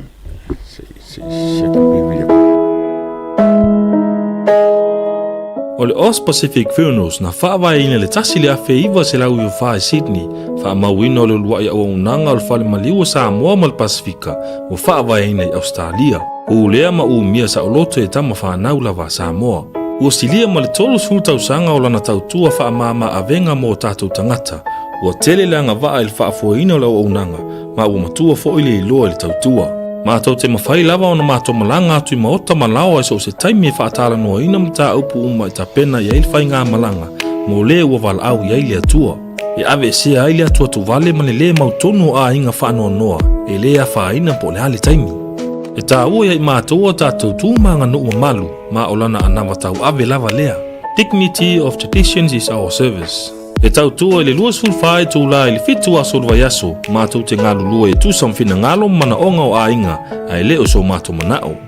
Mo le fia malamalama atili o na sila mwhai tau malamalama lea i le mātou tūlau whamtalanga le website www.ospacificfunerals.com.au po le telefongi le totongia, tasi tolu se lau, valu ono, fitu o, le national, o lua fitu lua, fitu wha valu tolu. O le mātou telefoni fia viai, o whaali mo o, tolu tasi wha, iwa lua. Ma fesili mo rata maitai pule, na omi masina mua. Mana tua nei le tautua o le All Pacific Funerals Australia, lo whale maliu e le moe, ai tautua ina oe le alofa ma le wha maa avenga.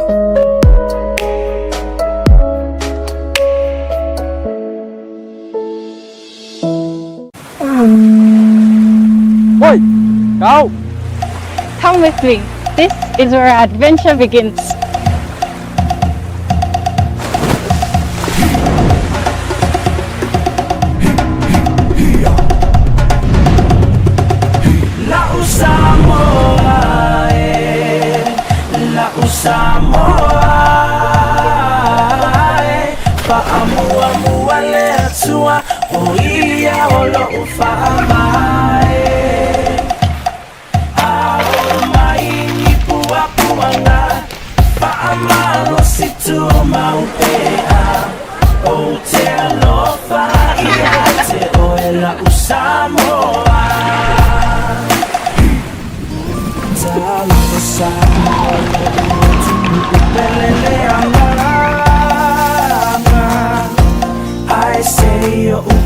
Pese atu mafamatala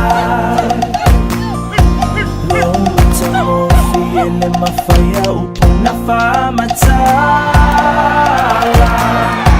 Ua numera tasifo I oe ile Pasifika La Samoa La Samoa Paamua muale atua o ia o lo ufai Ao mai ni pua puanga Faamalo si tu maupea O te alofa ia te oela Samoa Ne mafai o nanamu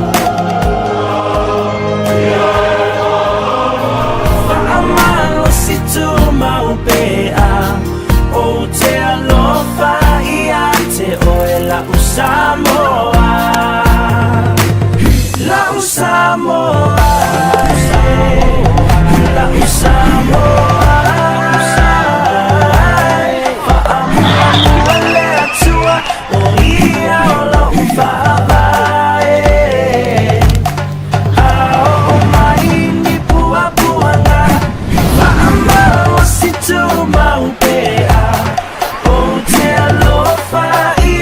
You call it paradise, we call it home. This is Samoa.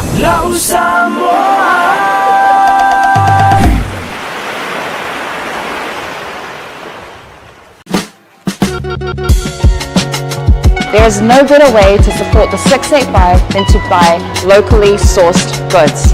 Here at Tasi Market, owned and operated by Samoans for the Pacific. Mo le whaongai no le talo. Wati le ua toi rumi nutu na awhalo le hitu lai lima. Tau mawhai atu lava e le o le leile fisota inga I lungo le sum. Pei ta I le ala tatou alu lungo le tatou wa koneti fo I le audio. Samoa I lau whaafunga maua. Ia ona o le fo ina ta pena mai le fionga ia mangele marina. Mo le tatou whatanuanga. Le ala wailunga le u tatou koneti ai le telefoni. E whaongai lona si ufonga fo I lea le audio. Ia la tamu whaifo e vatu so na te lunga ia mo le sila whaafonga mea le tatou watu. No, ia au te lole me taua ia te utou. O le manino atu o lona si ufonga. E whaingo fia ona tau whaingo fia le matou whaatanuanga ne wangana fiafi. Ia, au te whaatarofa ma o wholo whatu ia I lau fionga mangele. Marina, ia o le sui o le tatou fono whawai whasanleanga lua sa e iai le tele o whonotanga na liuliwai le tofa ia lea ua ia I manuia po o Tautai A'e fo I wha moe moe manor se fo manuia po e langona maia ia o korofa ma patalofa atu I lau telenga atiata ia o lau tofa po I wanwai ia e ngata po ia o lau toatau ia sunga ia le ia taua ia bole whalangilangi po I o patua whaina ia para wala wiloa I lunga o Facebook ia ma tato sota inga tere wangi patalo patu po I tato atu nu ono mai mua mai atu nu malpa ia besok Samone ia pipi patalo patu dene la piapi tato poklame matango kita ni mombonu Tautai A'e melarang whalwang ia malo whaavitai le kilia le ia tu lau si ufonga te lo foi la u fia mai le tatou watuno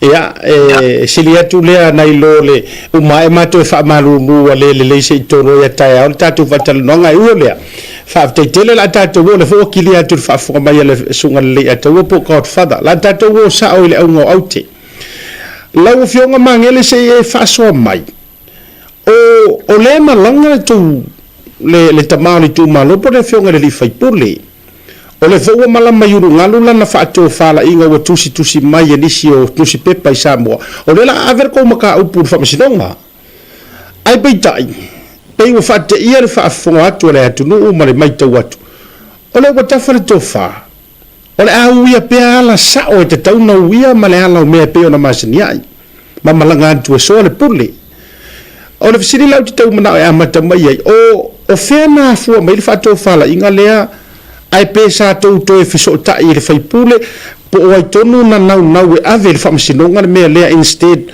o le tau mawhai pea liu le tō wha e uia ala o mea e peo na masania I le tunu Patai lava pasiata ia mo paponga anga si tatou atu ia e o mai lava I taimine nei le mawalawa se mātou ta inga male le mātou whaipule ia mo le noko tila pia na pau mai lava le mātou ta inga le kono tō tuli sai gai le taimi le sa tasi ai e le tō pāman pautanga ia e stūri ia mangene ia se kat ia mal whaipule la te longoina le pania Yo le la tale o ko le langa le na. Paula na le tai de ngata mal mato pelo inga mal mato pule. Ia saya la vale na ngona I tai ni le sa o ku le po no pale mo.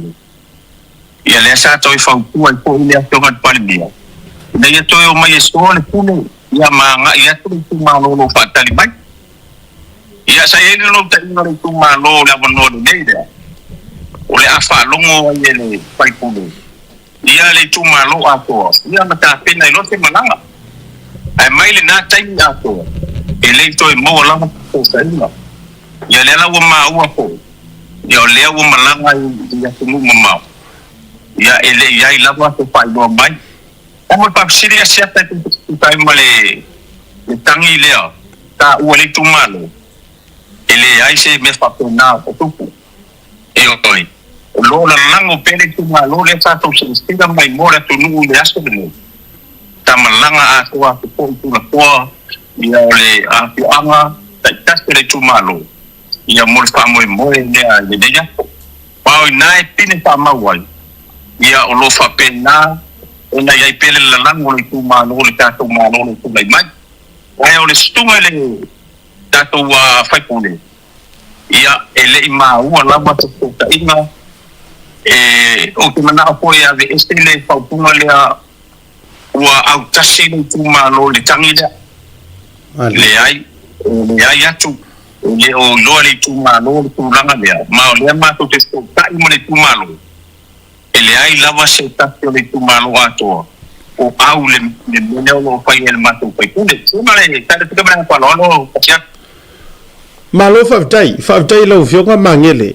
O lea wa te le se malama anga e ui le whaafunga tua le tulu, te rofuri toa tele le ua whapea mai o la tu mana tu wau. O lea la whako akau mangingo. O le winga lao le sia u whaafisili. O whela le la akua iai walanga ele toi namane la ina o lena whaailoa mai le sa iri ngā tupe le ua malangai sia tau whaipule. O le sa iri ngā tupe na whaamanino mai lava e le whailau tusi a le ita pipi a le ala le pule. E fisosoangi e le keisi le a whaasare le anga lua. Ia o le ala ua matala nei a senga o le ua matua malie a vai o le tama. E tusa o le whailo inga na lela. O whela le la akua iai ringi sa iri ngā kupe whaingi. O la so whiro ngalo. A ua fea fo se whaato whala inga masi talitala noanga ri tu malo le vanga. Ia whaftai a seta mo tāturu. E tā ua pēne tamama o le ngotau ni lei o le tu malo.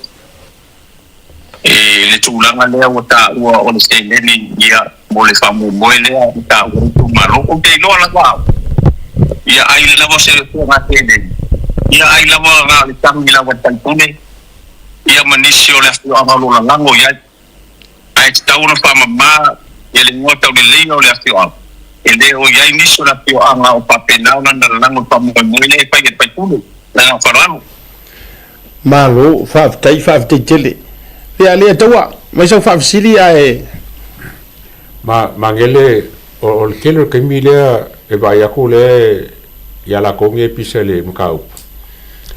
O inga mafua ai le finga ngalo lea e sau i e konga le kumalo ma sau kupe mo le malanga ng whayangi. Aptai le ia taua mo pasini. Ia wale malama o na tanua o na fono le apia matalavan. Ia wale wa fono na tasi le tō pāman pautanga ia tua mafai o a inga tasi tanga. Ua fia malanga atu e roi maripania. Papena fo ia to pai I ia o nau le wangai sa tu tau ma miu ia asa fatangi na vamos patuai te la mona ia pole ase sto ta mai pai pule I se tai me masingele tu malo mo fa mo moenia ia e wale olea ona fono lole o le komiti o le korpa vai ile sunga tai fono ia mangere se katsi ia mare mabalo o tenta ia o tau loa ona a pena ia le pamu moena mau ila sa lugu ai loa ia le la tio angare tu malo ia mana sawa ia ni lango mai da so wana ia e fai loa tu lava tau lava e o lava ina e tau ma ke lau tau ma le lua se lau tau le kina ma le ni tu malo e ma eu a tirata le lango mai le tu malo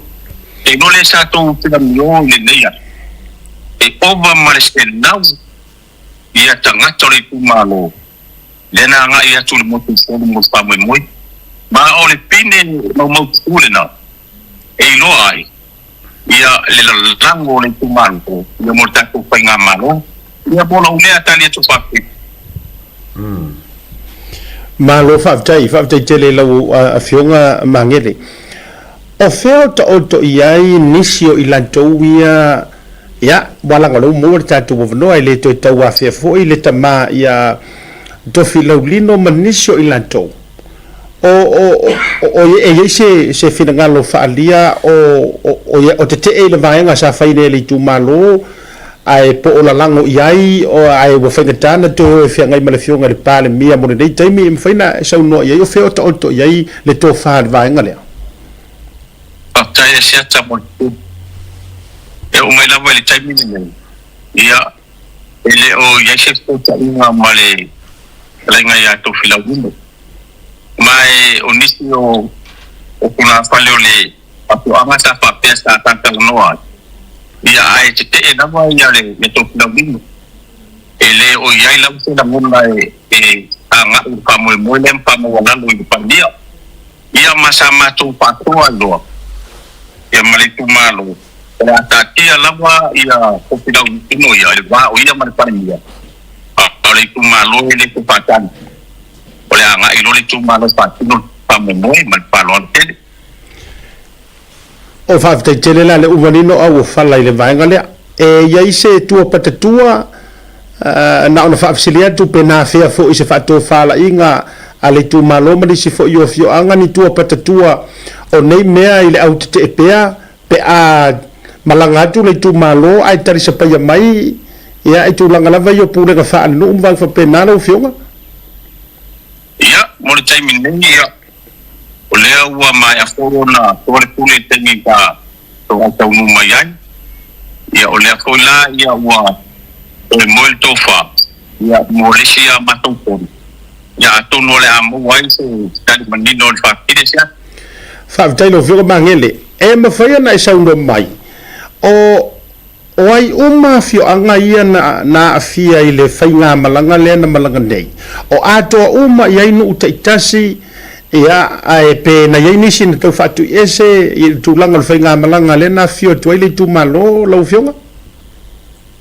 tai fa siri o apio anga ia sa o ia ile pa mo mo le ya o sala van la fio anga o ia la fio anga o vai fai o vai saumi ia male fio anga o sapua e ia nisi o le fio anga o lan balava o lo la ve to no komiti pa vai mai pa fo neo da to lo la lango fa na manu ia e pa fo neo o nei tanga ta ia lo la to sao pa mo mo io ta mai la mo tele ia io malo ia ina lango le fa mo mo ai o le lo a to le a to anga lo ma la mo se to pa ko ba ia lo ia la mo la to mo na le nango pele tu vai non fai pula ia vai dua male ha palo ma lo fa tai la sila mio mai mo mai de maru lo tele le tu o to e mo la se au afaita si o le dei tai mi wale wa fa malina le fainga malo le fionga le pale mia me tu langa wo so le pule ma o ia se lo ma wala le nei case wala nga o le wanginga o le ave wata ua ila le tu malo e ui o le ufa abri no mai e lau fionga ai ua ia se tala noanga fo ilele i se porkalame e ono whaailoa i le tau whaipule pe ato ai tau nuu antu e koe ave i kua ia mea whapengei walanga o le ua leiso nao nga ua ia se vaenga whapena ua fea se tau tala noanga talu ona toe fo ia tu marengang whaaloalo ia whaftai lama asia kamaruteri ia ta fa malu i ope lava i inisio ia ngalo la matou taulonga ta faʻasoa ai ia i tulaga le matou faipule ia e tusai ma le tulaga lea ua agaʻi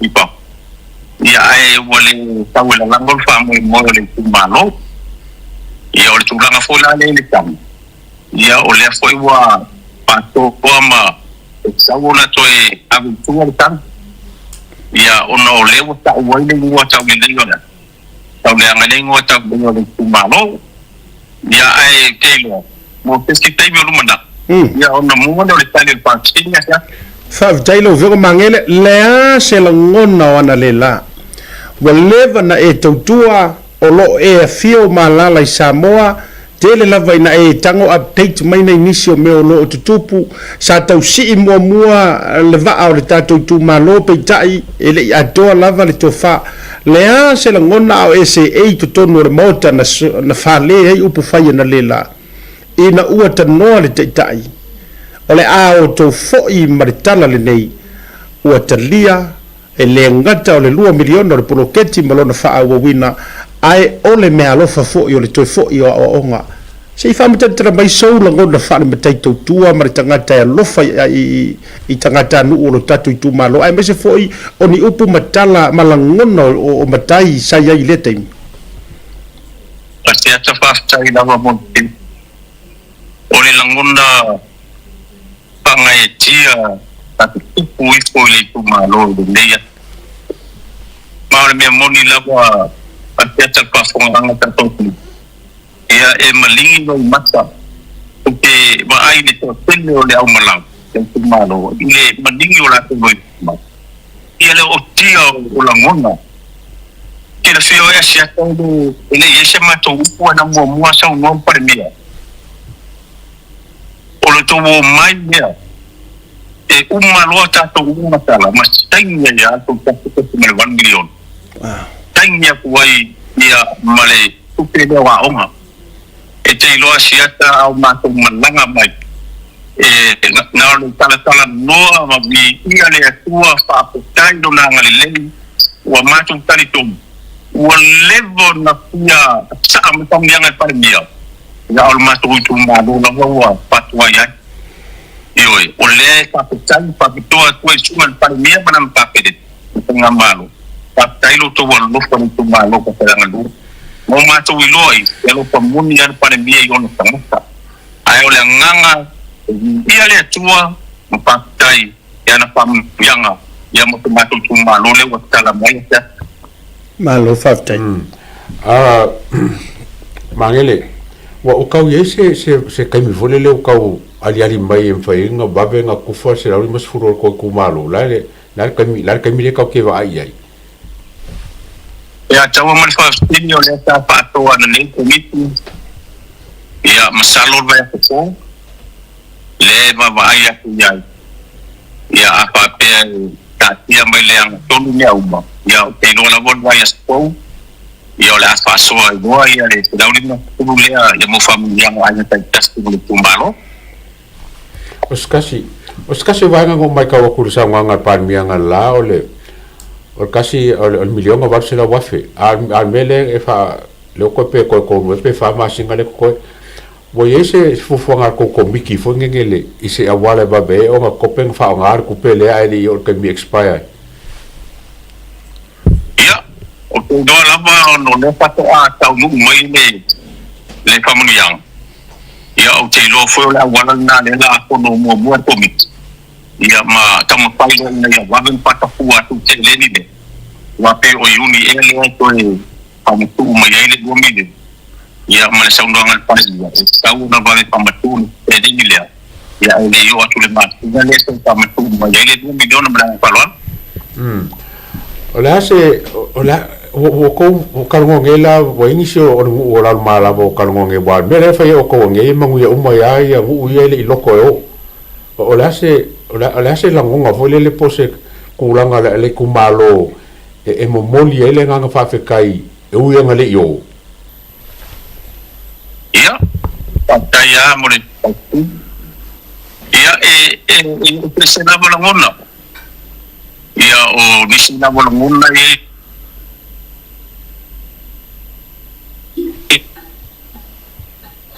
ia o te mi fa so se o ia Pato tusa na pe ni la langu sa mo.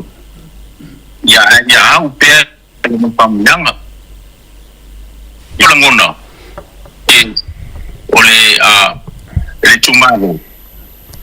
Ya to fo lang una de manaya la to la langu fa le tunele sa pisi.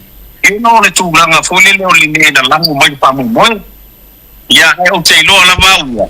Ya le pai me pito le tua ya e taulavo na fatua pata ya tamia wa pamtu na tatu malo whaftai te rele te umin nei whaafsiri lau whionga mangele o nole tai mea ngata foi lea i au te lori nei te e au toi whaale tonu tatou so te inga au manai ala vale o le whaafsiri o tau iai se whaapore pole ngō le tu malo le tai mea toi fo ia tuai le whaipule ia le mo foi le la tala te ua la tu sai ma le fia ma fa pe mai la mo ko wo foi ngai mea o awa ata to le sanga tonu nei mea ia kai lo ia fa winga e se fa winga ngata ai o le ase fa to fala inga fo ile le ali tu malo I fo I mai le fai pule I ka fo ile le mana ase tu langa a o le mele le o to fai o le mesa fo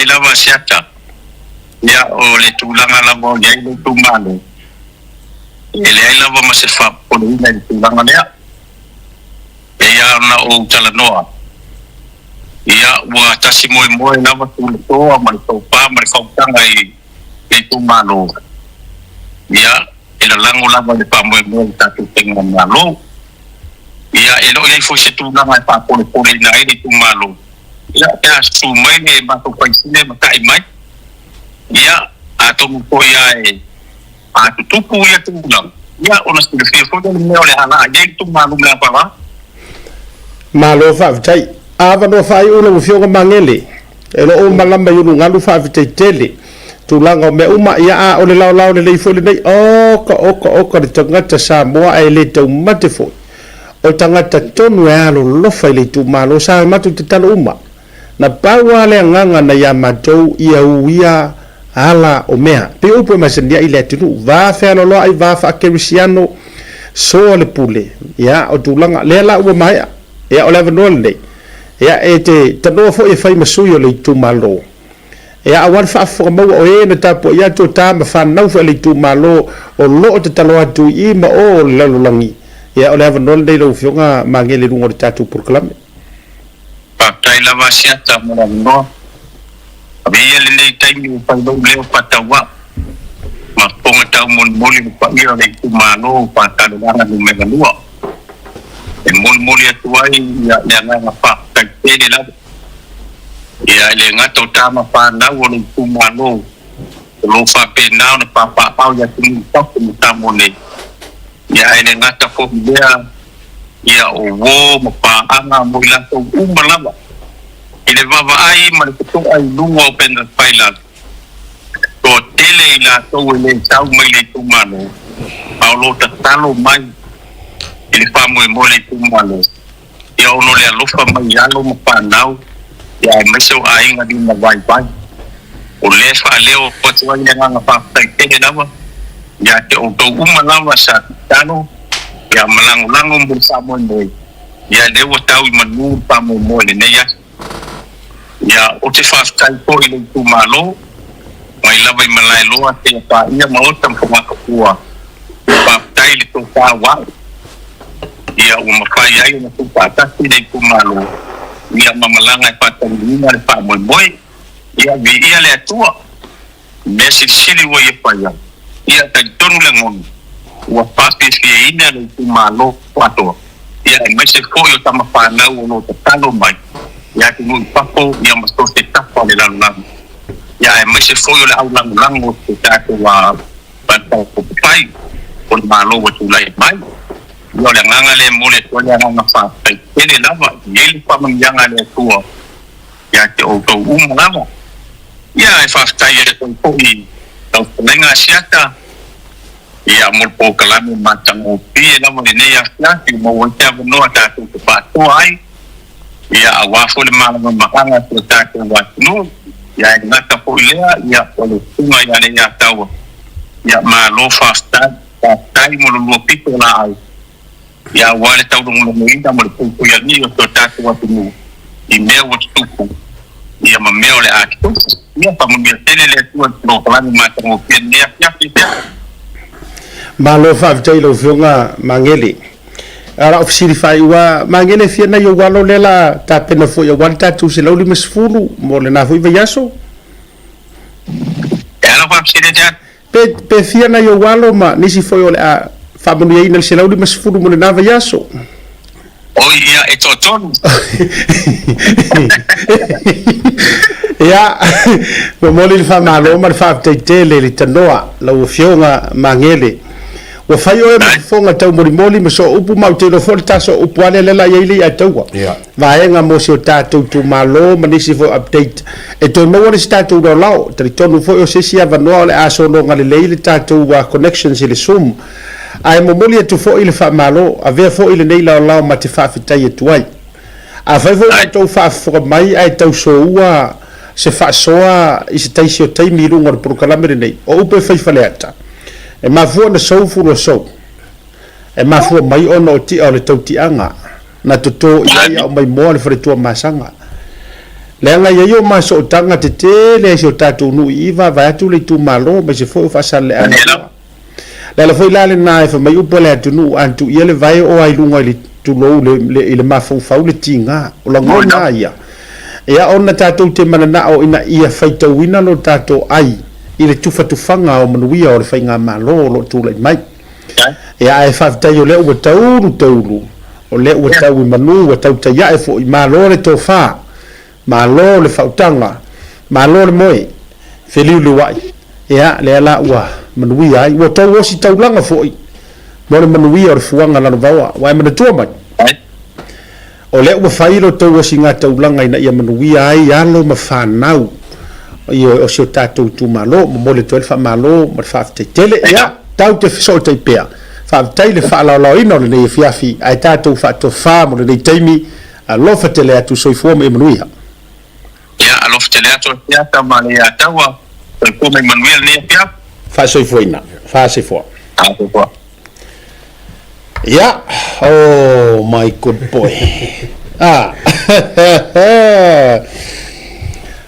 o leo mai au na se sa faoti le utu le faimea le winga fa mtalanga o mai ana sa sa le tofa fa yela fionga ya mangele e le iso ona fio mai nga o mangele tulo lunga le taimi o mai ana so le pule mali tu malo o fa ai lo fo e mangele le tu malo o le ole afio mai fa ma fonga wale nei taimi e oto mai se vaenga o to oto ya ile tofa o nana to sila umai le tae ona le la le to alo ya amaya lo fa to fa la inga i salanginga ai meselan melele so le ka ulongo fuori ku malu oi le fai pul ya la lo le afiene la makanga ku sa a fo ke foi pul ka ka vole wala ku pe bo mai ru fa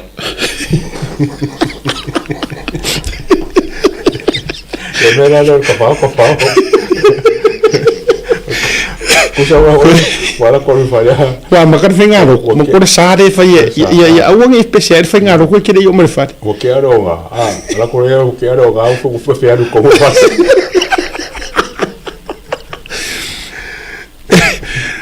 ore la u haru fatu po ala ni ngar ngar ni kai ole on ma sia sin me o ke lo mo wa kwa lo sanga mo fa a mi so le ko po la fa fo ala foi fa fo mar kamalo remon sa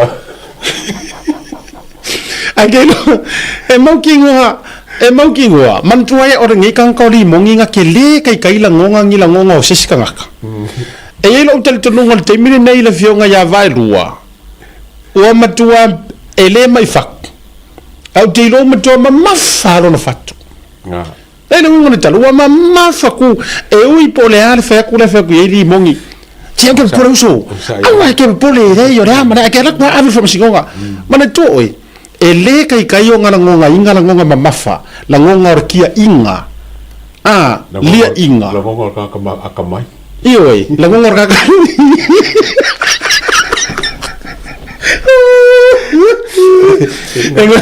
Kene lo ngonga ka akamai ioi mo al kai mine kai mai ngale la esi ona bu fa ingus ko inga la bu fa ingu ya vai dua ma fa ya cheers au ke poli o leir ka ko kama si makiva wala ngo te lo upu ya le fai mana tua mai fo isa mo le na ma pisatu te lo ko pela unga le mele nga ko pe ko kongi ya si makiva le nga a inga le ma vai dua e a inga o le lang ko ka rush mel oria to tongi to ton fa pea e ko tapo tripo mai ko kongo e la ko kama si makiva ko lo wa fa fonga na tuno che ele ka nga kia ele makire ka ufalenga ai e kire so kanga o si makiva ma tulo ma la fiongo fo ya vai dua mi sosiona fartua sa le kele lava ko ngi fo kusi me sesi ka go sesi fa man ma mai runga i la lo wingo tala o i se pe o le au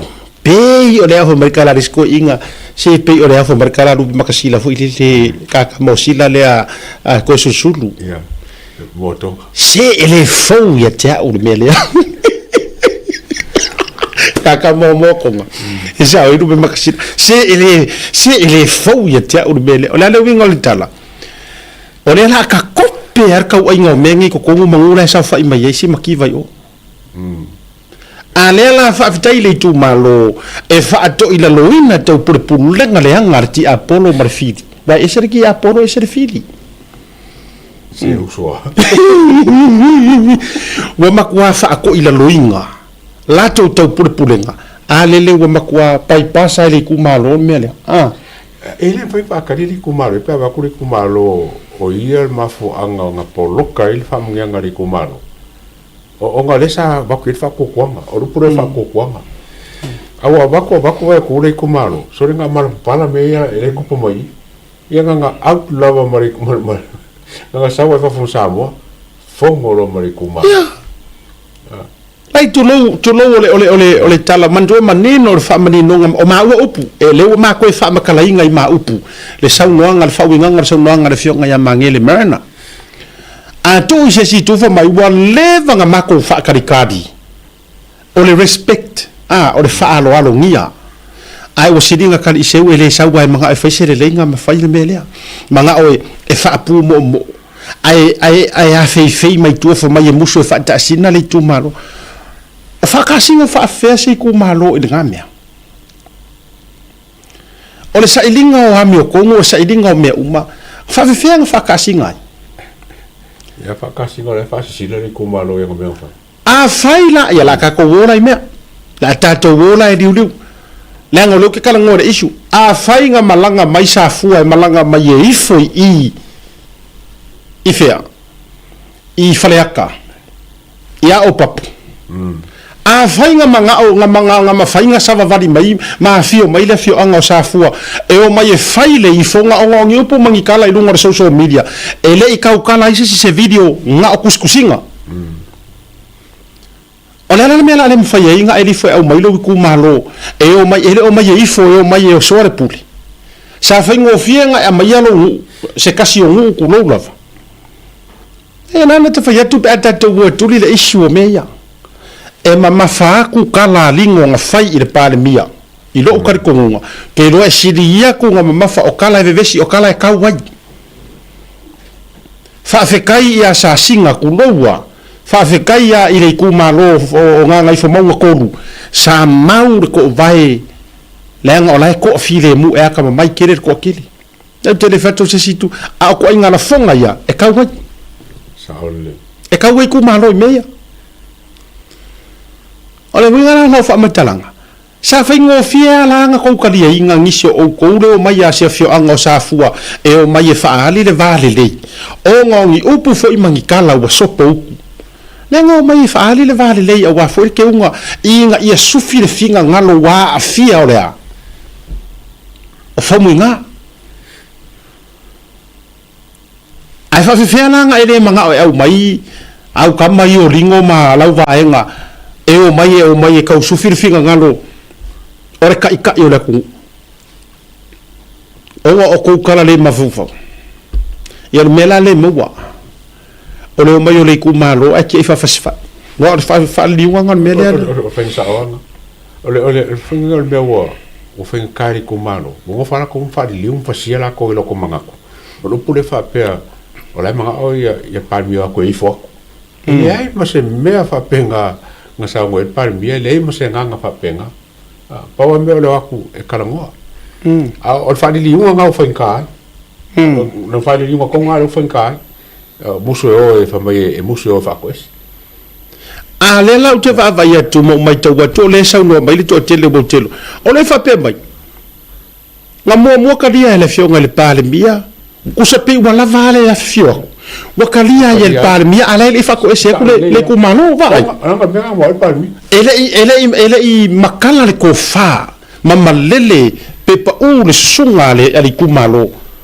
aya ala o makala ya sengar ko fa ale fionga le palmi marka penge ko fainga malo so ele kupuna me ia fa pea o le ifo mua o le fa ko ese mua o le kakala o io au afa e le kupu mua o le mele le tupu mua le tate vava ia tu le au mainga tangata nga o ngai oa sa uorol pan mia kurang fapenga ke a mai le kalia inga ua lava le afifioa e faile o le upu mongi anga o kula e palea o le o ke ngianga le anga faia le la fai ngai uma o ke ngia fai ia me uma fola le koe kiki kaloka fako a kuri fa pe mai o le sa vai so mafofau por an me fai o le aka ngai fai anga o kula e pale meia talo fai fa kai le ofionga le kama le kungura ofionga le pale mia if you vai for pan me ya ko filaulingo pa me vai e fa sanga inga mari ko malo le nga fa ka mu pa nga ai wo mafala vale o ka mi mai la ke wo i fo e desi me ko inga ale a me fa mari o halo ka siria langa le mo nga la songa ka pengari ko malo mari e fa manga lo me vale ani li lo ko filaulingo al ka o fino le palmia ya o malo nga makala ya senga fia mai fa fetai e sawa le taimi o le tua e au mai ale lao tau sila tu Samoa le mata ina ona lela tau sila tu le mata ina lela ua koe makala lava le polokeki ma whamaungianga wa mafua mai ono tangata sa o ale le anava foi le moafetalinga ma ale tunu o maoli le fa mai ole ale me sili ile la rolangi le soifuanga le nei e fa mai he tangata it is people the people le o le winga nga ai se vai nga o ke fia i lo tole atawa o to e fo ale fui niu le la palapa ioi wa koe i fo a whaafitai fo i le ono sai ma le patience ma le pale o le tu malo anga i le whaingo fie le maka mai o kufar ka mau a ingo isi ku malo e le whaingo fie nga me ioi e le whaingo fie to lau tato walu nga ngana waso uma e le whaingo fie o nga eva ai akula e kake whaasisila a lae tufi tau whao manuia e isi tangata e kakau fo i ka ika o nga maua me lea ai ua mafua mai o nga o le whaasau sili ma le kuinga lea le kuinga lea le manga o e whaia ia meo pou o kuinga e kau le langi whela le ua tua i ei kuinga whea a le ua kia i whawhasi whai e le kumaro kurowa ma ua ngā manga kua ma faʻasoa e le isa ngoma ye mangele wa kia i whaafasi whai furi kua i ei le kumaro e le koe whakari ia oi aru su e kupe su e mea ngau e aru e ave ei le mawhai ngoa ei le kumaro vai mangingo ia e wha manino atu le mea le asiata mali ataua e le o se kofa se kumaro le ave ongi mea ia whamasingonga longo inga nga o ia malanga vaenga ia fa o ila now I remember o i fo ila le ua mangu mai ai lunga o le fo ila e kuali mongi ma vai lu mangi ngola o menga le ele ai le o se ko fare ku malo o fisiri o ko fala ko fari mongi ku le oh my god no wala ngole mangi mo yo o menga no wingo le ngai fo ele bari ia mai ka ko ia sole ka fiola e ka fefe le si vaenga fasale le anga na vatu le vaenga le ele tala fea ungaro tu va vai kuskusinga ka fa le anga nga u fire newspaper ioi fa toi fo tatou tutu fa tasi fa tai fa sale le anga tatou tutu fa tasi pe tala le mate fa tu so o mali atawa yes e yei kanga kareanga ai ko akele aku kangaka lelei or karasa orna e yei tanga taleanga ai to atele atu tangata lelei so wala ka ke kuku me ale valea kanga kareanga awang ika to fa male utanga le ai ku malo male ngu male fionga awang ika ko kuku mafa kere ngese ka ko ongo ngi ka pure pulengan kanga kalenga whaasawari. Sa oire ka nganga au ngau pia fu i le sa fame. Lenga ole ama I mau wai manguia. Le kako kukufua e whaamalie le minority ia kako ke e me ia vai o mea ia renga ama kamaka mai fia me. Minority. In fact, kula epa sau ia fia me le la ka fa sao mai ale mele o pule malosi engi ka mai kangaka pe se fasi kangaka ongi kangaka ako ko mangaka ko kele ne vo fa sa le o minority le ka ko so le na minority fa fe kai ya le ko fa fe kai what to do fa tasi mai fa fe kai kere ko filau ma ke po ko fo isa mo ya e to fila ule sa ma to filo I le fono le no fa ya tu I le ma to so fu a mbisi fu ila ya se ko inga ya kufia io e after tele pe afu to fo isa mo e na to so ni le fa to fa la inga le nei af kai kele ya ori so nga me ka wo kele lo anga wo ye wala nga o nga lu fa ka si fo le ko malo le milionga va se la wa fele ko ngi ele ka kau o nga ko ye se ba nga fa pe ele o maila ira lo mala ba lango le mele le o maila ngo o ke mingi ka wo nga kia ilo me o ma e fo lo e fa im ka pule ye mo kala ko ka se la mo fu ka mai ma we pe ana fa pe e fa se ko disi a wangi a vengi ka se la mo se fu ora ko la le ke molia I wonder if ngala ko avela ka se mo suka la fo le mo ko ngasa se takamako sa ola malanga lenga fa mai wa upu kino upu ye fa e se fono ngata tala tanga tale o lino na fai fa mai la me la ko o kupe ngoi upu ya fa mai o tupe nei o tupe ngoi le la to tango fi ai fu le fu ya ula ya ele ka kaunga mau se kupe le ko inga ka fa pia a faila o wa e fa maongi alu e to nei tlau kupi ave mases kanka mo ya la kala awa matua tale fia va ya la ile tu ai nga na fa pe ai ka va kunga o la ko so mai se e kala ran kupi ai ko mo pu aka o me ya so la ko ni mo kala se la ni mo su kala ta malonga bubu a foi bai ya fa o ta tu fa so ne va ka fe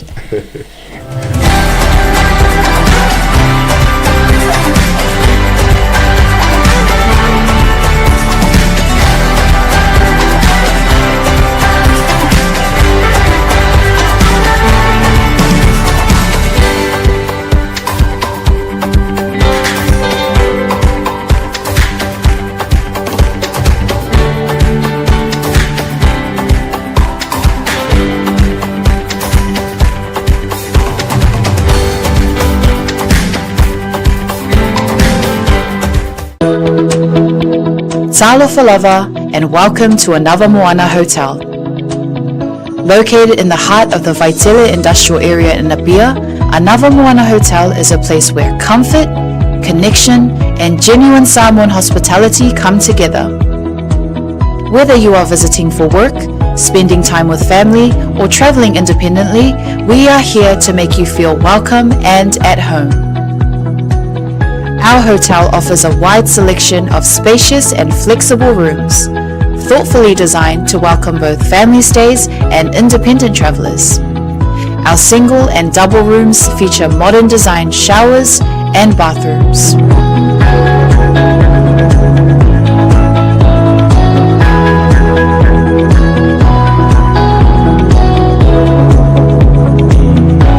Our family rooms are generously sized and thoughtfully set up to accommodate families of all needs, offering a relaxed and welcoming space where parents and children can rest, connect, and enjoy quality time together after a full day.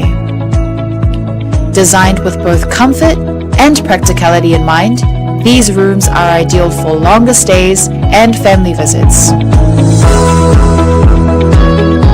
Anamoana Hotel also offers well-appointed conference and function rooms that are ideal for meetings, workshops, family gatherings, and special events such as birthdays or weddings.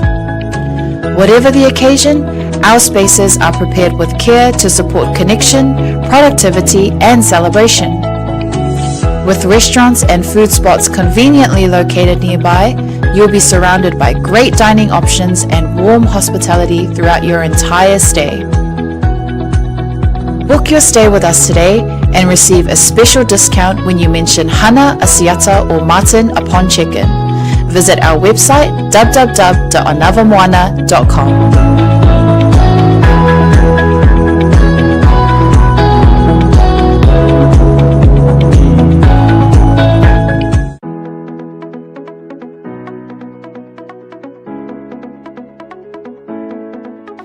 Hey, have you signed up with Blunet yet? No? Well, let's fix that. Head over to www.blunet.co.nz and hit Join Us today. All you need to do is fill in your name, date of birth, phone number, and a few other details. This helps us get you set up faster. We'll also need a photo of your ONT serial number and your modem. Not sure what an ONT is? Don't worry, this is what it looks like, and every house with internet has one. And make sure you have a valid ID and a utility bill or government letter to confirm your address. When you join Blunet, you're not just getting fast, stable internet. You're also supporting shows like Tautai A'e, Breaking Waves, and Sports Salanoa.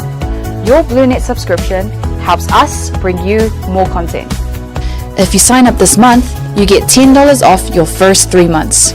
If you have any questions, call 0800 258 638. Join Blunet today.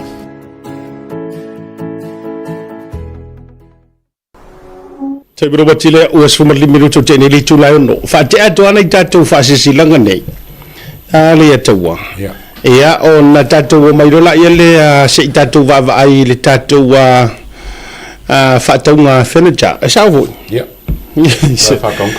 Ka fa konka furniture ta imiliona. Ai si afi mo. Na le to fa manatu lavo nei fa sisilanga nei me tatou ai nga fast. Ia, a me sia fasi silanga o lene tonu mai. O le vaenga le fast ina I Hawaii. Ia, o le awhaia le tatou whanatanga whaare masina a soto na in sfumare tasi unonga rasko nga ingira sa ngei a pirila I le lima I le fiafi. O le tatou whanatanga nei le sa tono po mai. I le masina ua tea ona o tūlanga o le tau a fio masu mai. Tatou mafutai. I le aso ma le taimi o loo whaeilo atu I le tatou flyers longa ta le lima I le aso sumaretasi I le address le na utu ina tulunga lima sumaleono I le lima fituono Kamehameha highway sainia e le tatou pulenga I o le tatou matafale po le tsunga le telefono ma le laulau o le isi tatou next one tatou whaasisilanga o le o le whaasisilanga lea mai al mafutanga whalalatai sa matau ne o kilani. E te talo atu le tatou tu malo whalalatai ma sa matau whasapora si au kilani mo I latou uma ua tāpena mo le tatou malanga mo Samoa I le masino yuni o le tausanga nei o le awhaia le tatou whailo inga I le aso sumaretasi lono inga le aso tona nei I le tuatusi tonu valu Lipitat Street o tau e mo o mia lo tatou awai uma o na onisi o mata upu mai Samoa e ao o na tatou si la fia wha moe moe o le tatou wha autongia maile nei wha tala uladu o le lua I le auli ua amata le tatou fono whaia ma le wha aloalo o le laulaua fono ea na ua tau wha fonga mai ei tatou whala taim sa matau o kilani ea wha Sydney o le tatou whaasisilanga whaamanatu mo tatou le ainga whaasisini whaamanatu I le ainga whaasisini le tatou restala ma le whaafowina o tatou o le awhaia I le aso se fulu ma le tasi longo ingo le skoanga I fuingi la sau ngei ia I le tatou hall ma sani le Pefia Hall tasi o lima Lindsay Street Campbelltown whaamanatu e au mailo passport po o le laisene avita vale ia po si IT whaafitai le whiauka le teitei whono ia suruape niko suruape ia o le whailautusi ia I meleta aluni tuu laupua ia nā sini nā le tātua whaasisilanga rena o le isi tātou whaamanatu Bay Area ainga fast ma le tatou van racing e na le atoanga le tatou tasi tausanga ia mo le tatou matafale ia o le tatou family night pule oi sau taleni le lei po le taleni fa le lei ai sana e fau sale ona ma le tole pe mea o le tatou location ono Joan Street, Daly City, California ia na ua faafifina foi o tou lena e faamoemoe ia i le tatou hall masani a le kalesia foi le faaigoa o le hall falo church so toʻanaʻi se fulu ma le valu a perila le faamoemoe lea mai suma lua le fitu i le afiafi tatou fei loʻi ai sainia teiteifono ma le laulau leisi tatou faasisilaga o le tatou faasisilaga mai le matafale a Missouri mata i sautu to tasi Missouri Fast Aiga fundraiser solo lima a perila taimi o le lima i le afiafi lua sefulu tala le ulufale ia heavy sapa o le nofoaga tasi o lua US 24 Independence Missouri ia o ke ronga ukou silifia ukou le faikauga ukou address faafesoʻataʻi failo tusi ko leta sao i le numero tuina tuilunga ma le fionga i taitaifono polata i vao faamoe tauloa i le numero foʻi ua tuina tuilunga tatou lagolago le faamoemoe o sio tatou mata i sautu toʻatasi ma le tua o le igoa lea na faaigoa i le fioga le palemia ina ua iasia le tatou aiga fast Missouri ia ma faatuina ai o lesi tatou faasisilaga lenei mo le tatou tanuga manono ma vailima tautou ia faamaina o tailoloto paia sausauga ta Samoa mai lava i le tai sama o le tuimanua se ia paia na lega le tauilo ai manua malo awa ele ai se tautai poto e to e sea pe to e suia awa ua toʻatoa o se alo o tulouia ai lava ma le faaaloalo tele e faasilasilatu ai i suli moni uma ma feoi o na soifua mai le tinā ia taumainu mau po o mau o tanuga manono ma vailima o loo afio malala i so o seitu o le lalolagi faapea o le afaia le tatou feiloaiga mulimuli i le asoivo a perila lua ono i le itulā e lua i le auauli i le mota fono o le tatou aiga i tanuga manono Samoa o le faamoemoe o le sailia lea o se tasi e tausia o le tatou aiga i le itutino o taumainu mau po o mau le suafa atoa ma foipolu o lou le auai mai o le a lē taofia ai pe sui ai se finagalo au tasi e fulisia ai finagalo o le aiga ma sui auai taupule i le alofa o le atua e taʻitaʻi lotou soifua i le aso tuupoina e faamanatu atu e te afio mai lava ma au mai le utauga faamolemole faia ma le faaaloalo tele sainia e a o mafa vatau fuatino aloi le mai ava kuveve tua saseve palai alii tai a kuoi simi chigam koroseta manase ia leisi tatou faasisilaga lea mai le tatou aiga fast Las Vegas. Come and support the Tausala Night hosted by Las Vegas Fast Matafale, Las Vegas, Nevada. Koi ngai vangange umai roa o kale lolo i Las Vegas. Ia e luas furu jala le tatou Tausala Night. Luas jala include dinner and dancing. O le aso e whaiai luas umarwha a perila i le masina le nei. Afa o le ono i le afiafianga i le se furu le po. Ia i le tatou address na o tuina tuilunga fa fitulima McLeod Drive, Las Vegas, Nevada. Ia o lafo e tele le tatou kapaka i luma au tafa ia matua o le tatou fale. Ia o le tatou taumafutanga ma musika faafiafiaga foʻi au mai lou aiga ma au o tatou fiafia faatasi. Contact information na ua i luga e ne lē le fioga le taʻitaʻifono ia laulu ia faapea foi Lili Sianini ia faapea foi ia the one and only seʻutina ia tina i upusili faafesoʻataʻi ane mo faamatalaga o le tatou faamoemoe nei mai Las Vegas.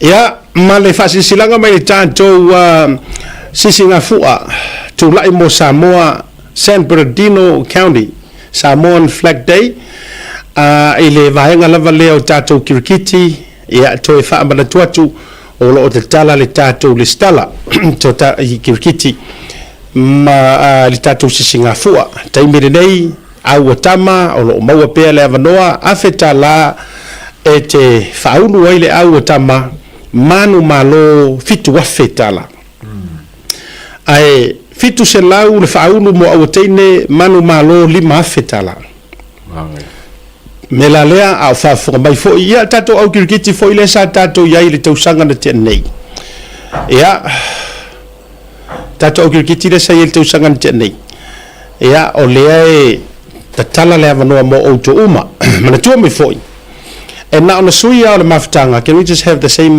flyers back on San Bernardino County and now on the suia o le maftanga ai le ingoa o le maftanga mar committee ai o lo tu mau lava tatou waso na whaalau i loa i le aso ma le no fuanga mana tua mai o le tatou sisinga fua lava lea o lo whaia i le tatou stadium le sa mātou malanga whaatasi atu ai tausanga na tia nei tu mau fo le tatou waso mana tua na sui lava i le taimi lea le aso e whaia i le tatou sisinga fua le nei ea peitai wa leo ngatasi le futia ma le umele nisi lava o tūlanga le alala le na toe feliu liu wa iai le komiti fou lea ma suiana ma sui ai le ingoa o le tatou wa komiti lea ua whaatautaia le sisinga fua o le tausanga le nei o le tūlai mo Samoa ia ina ia longo pui li ima whaamanino le sivala lea lau sunga le ataua telefona i tangata la e fisiri mai ia langa lai pila alua ia fua ia elea whaina o tele o popole au isi inisi fua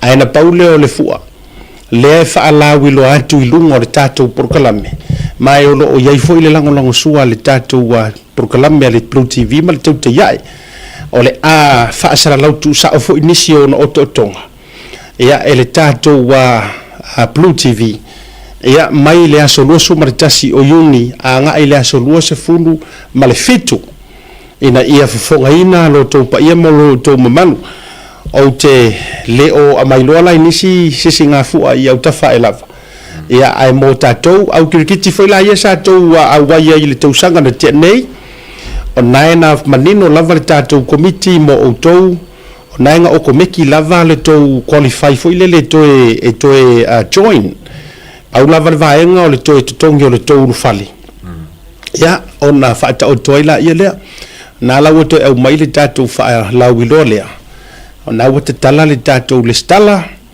ia peia al whaiunga e o le masina o apirila toe tapunia ia mo tatou au kirkiti anga kelengi kengi ka ke masangi e sidinga avese ka au kengi lima hafir malo ia wai mo ki wai malo ke e mau ki ngoe malo ka au kengi e makwa mau ki ngoe malo ka au kengi ai e kap kengi wai mafainga kap kengi ai sanga ka alo e ni mo e wai ka ki ro ma kap kengi ia marita to fasi silanga fai ia ole fa fianga tele le nei ia ale sunga ya Mr Falai e ele video el kuka Mr Falai le dedicate mai oso uma mai ele kuka leso ai si tanto mo e ele la to fa fianga le e Brisbane to le West Connect Band ia sunga ia si ulai lo te vai tu o le pese malo tasi de reita mo pese tangata le sa tu sia sta si o pese le morta por kala me te te le ngo se tinga tia o tangata le so fa valu new si ulai fa po ia ma tatou au fa ili le malanga tu nai Brisbane au se talia amui au tou ele ngata le atu fia ngai ma tama pese au le lei e fai uma la to te to lua so o ko ke ia ai mai se fa mo ia o le foi o le a pisa o ai ia le tata li ia mi ia King Falai ia kamo King Falai ia se ga sia ku ia King Falai po le se ku korngi fia e ku kalang kapenga mai e King Falai man ko o ko mista o King Falai ia le uta pena mer ku ka mo tato fia fi si tato tu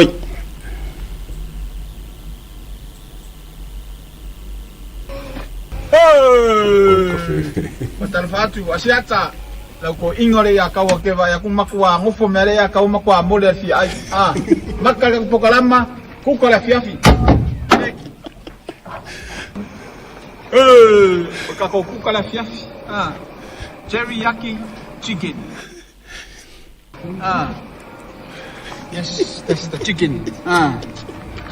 Chicken. Ewo umalinga suka chicken.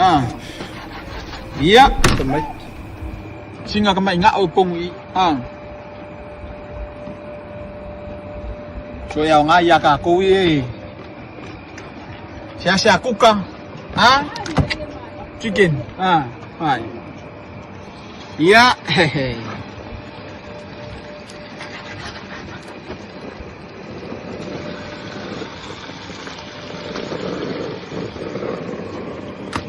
Ule wo umaw nga sukali.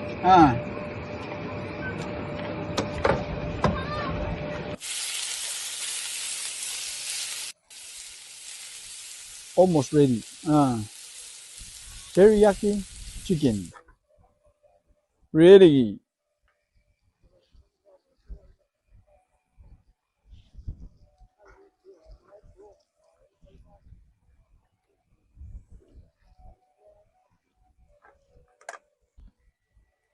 Aioli sauce.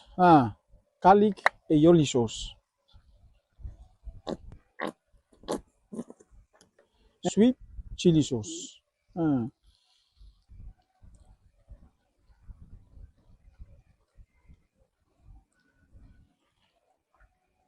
Yes, sir.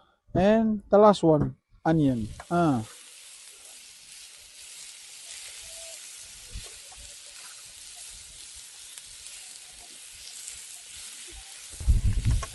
Dela ka kukuka na fiafi.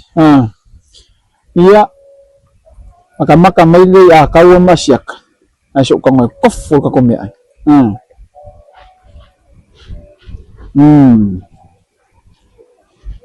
Chicken.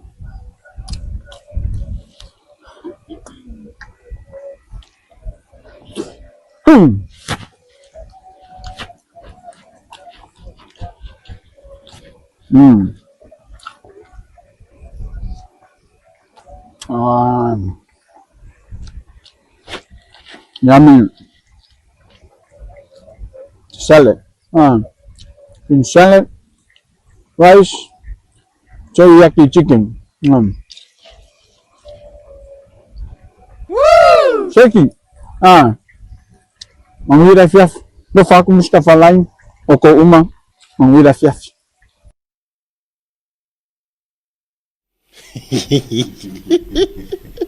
Sini yang mana sa kau sila ku yang le levo rewo o yere kuka. Fango ala mo yaki falai. El mesmo boa e fora faro mo mele pilkaki chicken. Jadi o teriyaki. Jadi ya la ngovo ya fa o teriyaki ere o ngoro fa fongor pilkaki chicken. La wa fa longo pilkaki chicken. Vai le levo o yere kamaro kuka vai kamaro pe yang ara au senga fo yere kuka mai lungor sami pelo ima fengo apa war mero ke kau ai guro ke kau akar ka kama pe kau fai kau mo uposos o fang pe kalangor sos e ruam kalangor sos le pe kau de o mo kingo ha yer kamaro o de sos sa o Yang o kamar ho mai aioli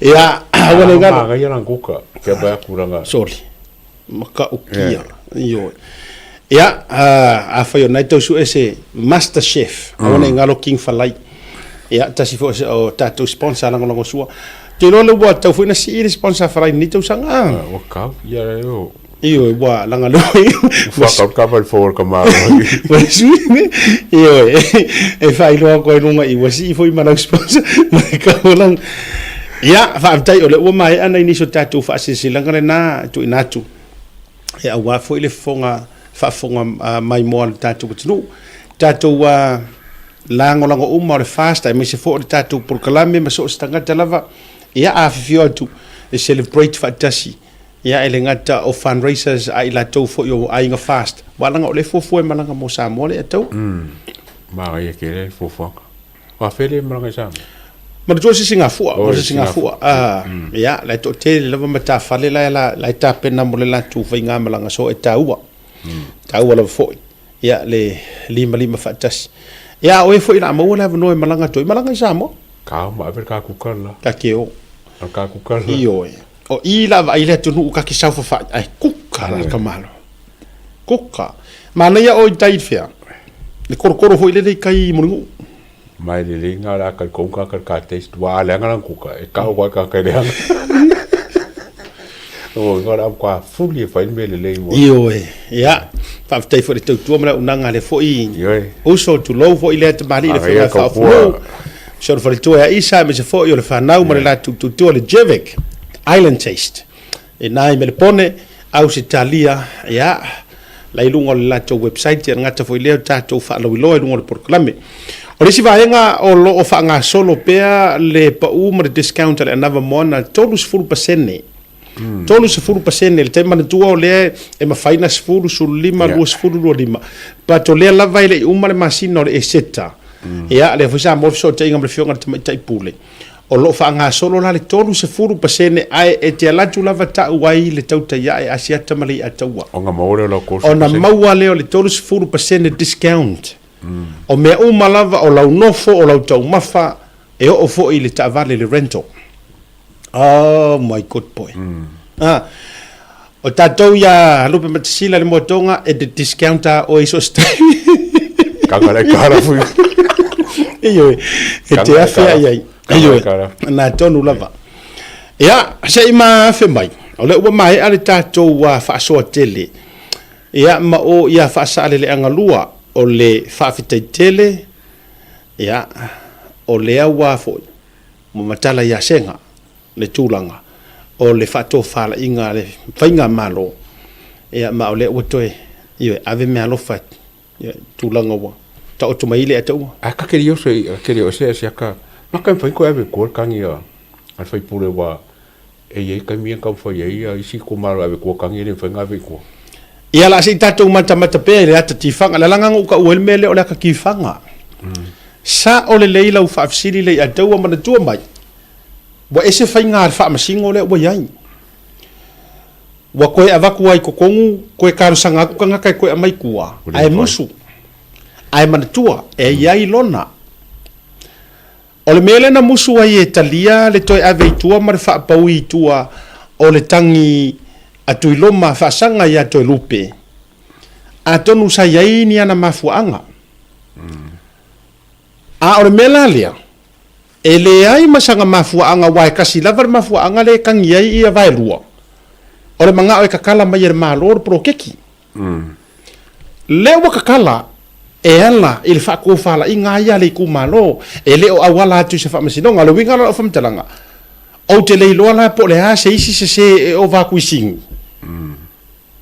E avatu wai e te tauna toi ave tua ai fau mau lava fa masingonga ka fiofi pe ka fiofi la me ko fa winga na le tau vatua le atua ia te tailo tau ese sofi nga o se manga ku fole la nga lo fo ku me sa ku ia ka ko vai e po la me la ku pole nga vai so pa fo ia ku le il kof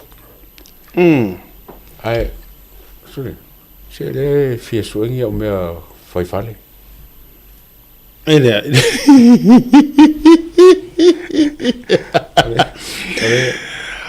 O leo te vavai atu. Tu lo wale whaafonga mau wale atu. O leo te vavai atu o lea e tā pena nisi. O le tā pena nisi o le o e sa I to tonu o le whainga malo o le sap. O leo te vavai atu o le ua mai lunga le wha tā pena ngananga le ua mai le aso e fai ai le whainga palota a vai monga tolu. O le laua vai tunga o le wa mai lunga sui e tolu a na mua lava mai sui le HRPP ese mai le fionga ya taioli mo le fast. A le wa le wa uto vai tunga pe o le wa mai lunga malea male sa fai ma minister tupe. Ya ele to na male la ina na amata mai o fast ai mai wa kiki.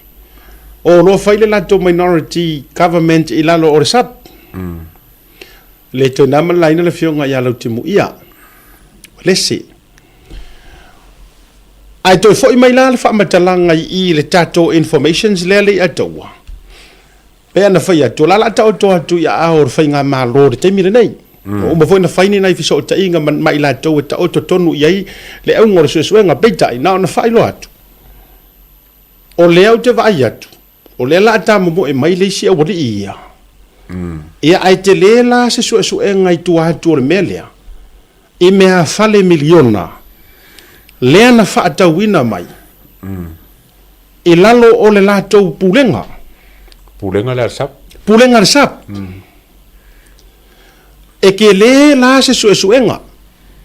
Ke le se suesuenga. E o batua tai e lunga.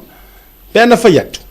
Ta o topeo la tau suafa. Langa lau o mono o whailoa I le tūlou le whainga malo. Ai mai se le intel lo mala information se lea ua maua le tātou ofisa. O nei ni usila o se company te le tu tonu ni usila. Le na avatu ele whaatau miliona e avatu I lunga o le whainga malo. Lena se ima vai atu nei I lalo ole caretaker government. Minority government. O lela ia ile sui o le minority government. O ia sa avea mingiska o kupe. A o lea e sau o le tatou intel le sau. O kangakanga I le sau wele whaakau mai kukongo o Samoa. Milionga ka la. Le whaatau o mea fale. So lo kei lo mea fale ngai le aka ua e le lo pe whaingi mafau. Pe whaang container ave. Ia au te lo fo mea fale ngai o mea fale weke karangoa kua e uwe kua se mai le ngofoa. Whatu nongo winga remote control o mangare omi e unga ise ngofoa mangi mea fale e sau haa mai sau ipuki ma me whapena. Matua high tech ka me ua whai. O le gym, o i mara gym ko. O le toi ngā e le na o le mea fale. E ilo utari tonunga na watu umai I mo me tūlanga fo I lele o whareta ele tu lo whafonga mai te tonu o sink o tu ainga vahenga o mu whabena whaotonga ino whali Oi whangangi mo mea o le whamatalanga lea au mai awa o le atoanga la ota oto atu le whainga malo le lato suesu ngā o lato fo e mawhaina release umai le atoanga o le whaatau atoa. Ai ole au mainga o mea fale e ave whaatau atu I lalo le malo o le whisiri la. O yengi kakou ofisa I Samoa ua yengi mea fale whapenge. Ai e whaakau aku whapenge yengi mea fale se oka milionga. Na paula mea leu tei loa e tangata o le sap. Ka koruia le sap e whaafai ngofia ka whamakala. E iei tangata o le sap. Lea nga whaila ko whare fau. Ia mangisi o le HRPP. O le wingala na lea leina whai atu la te tala. Ia se ia watupea se I whaile suenga. I Samoa. Ia pele o se vaenga e ono tatau wai ona toe seu sila ingisi e kau fukuri paroka. Ai pele ingisi o lea afia mele. O la le afia whawhia o le ke waku le afia lau ki muia o ia sa miniskau kupe. O ia sa miniskau tupe. O whaataunga nei, miliona whape nei le ataua. A le furu mai lalo o le poroketi ar fono whaavai. Ai sau lunga o le malo. E iei la utari tonunga, la e whaafonga mai fo il whainga malo o le fast. O le mingi ska kupe ma le pale mia o ka hankala warunga ia mara malama I mei. Loa me uma. Yes. O tangata mua ia la warunga le ingo le sila fiainga o mea ngei. O le pu le kupe le akungu ia ma le pure sirisiri aku ngake io inga. Me uma. O kakala e pu le kupe po la va ia le kupe o mingi ska kupe. A o le authority e sirisiri aku. Pare mia. A la ko o lo mamuia ai. O le winga le na. O le ala tonu lava le na e ta oto ia iri suenga. Pea no fetu, le na maa matamea. Ai wa ia ili tali tununga e vatu loa langa o le la whaafai ngofie o la ewa o la ua in power, le government, ia le fast. O le la ku angava lea. O lea. O le whaia o le ami o kongu ma le se ima lea. Ia o le na. E le milionga so le koi kia milionga ma le afa. I le tupe Samoa le na. Ia wama makauri fo ilu super senge le kiuke.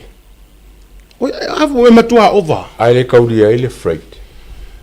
mana tua mai la miliona ni usila le ataua so o le tupe Samoa e tasi lima pe aka ko alu le minimum rate le ara mingai ka la ri mususenge ya o ke ro kama ye special rate ke le ku ye lunga a faila tau te alu to inga rate foi le agree ai fale fa pe nei tatou alu le rate mo lunga tala fitsusene a por tala ono mo inga kasi ke siongo milionga ka la Samoa fa upopo ai rola ia le markiu ke ma me uma fa penga ia sa freight insurance o ia le freight matulang fa pena ba kiu ke ia siwala va ku ave foi ku au ia ve foi ku e wala nga foi le va ku runga maro le va ku runga ole fainga o fa tau e sawi runga malo mama te mai tatou langa le pino fatu ina ne I save utele ai le file mu ole so enga ala ka oko ku ia ilato ai ole fa taunga ole au vatu ilunga ole malo a furniture so fisili ngai ai se ka ko vaenga fa pe nga lau mangu ia mai lunga ka mire ngoi foi le sapi te tonu wa avatu ini ni no 4 million a offer o ye me yanga ba la nga kongwa wa te tau na matua su o le company freight ai ia aka ko woi me tele oferto tau le pua malafo alanga o le information le sa ele se like maka mai ngake mara malama le mero kargo ko ai o tama fa na uya nga processing ar ko siaki le nga mai milionga kam fa nga usa mo le va ko marnga menge ke ko fa pia hu o ngai kama fa nga laenga kilo ai malako processing nga o kanga kaya lo fo I Samoa e ke ingai me o ko faya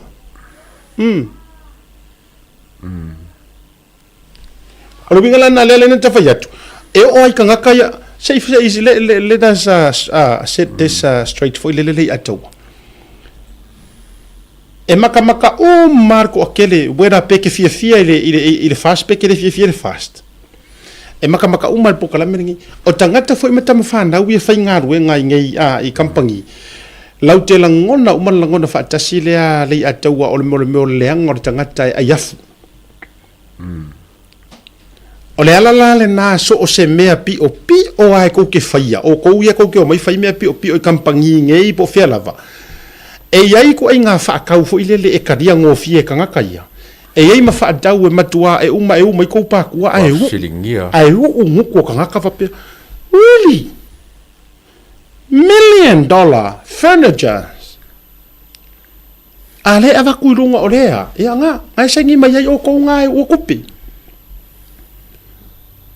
len alwingana ele corrupt ele nga oi ele kanga ka uma ia fainga ruenga I kampangi ke kele la na le ala na liki mai ka ko info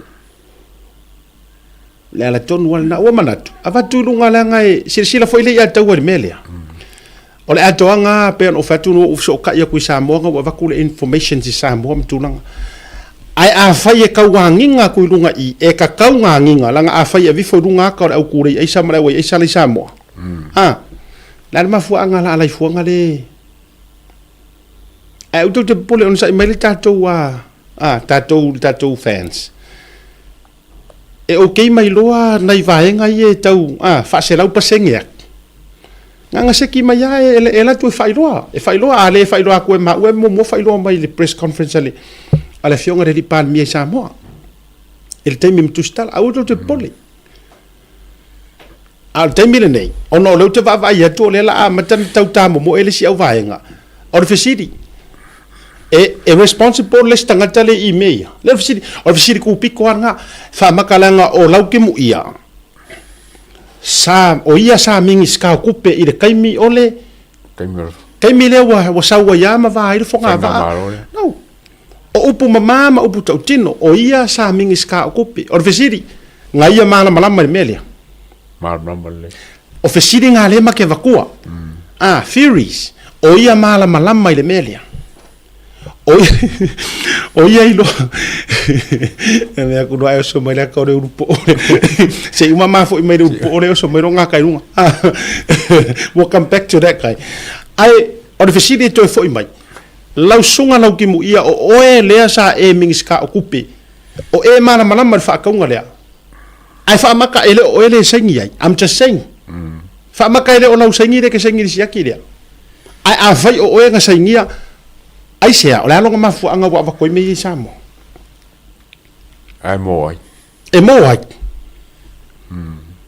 o ai nga whakanganga sila fia me miskau kiuki a o ai la sesi o kou o ai sesi o kou kulo le la vatu o ai sesi o kou le sap e ai sanga freight company e sesi sanga freight company la kingo era nga la yo lem o le mate tango fie tau tu fa tasi ta mai fasi ma o le paso o le mate tango fie tu fa tasi.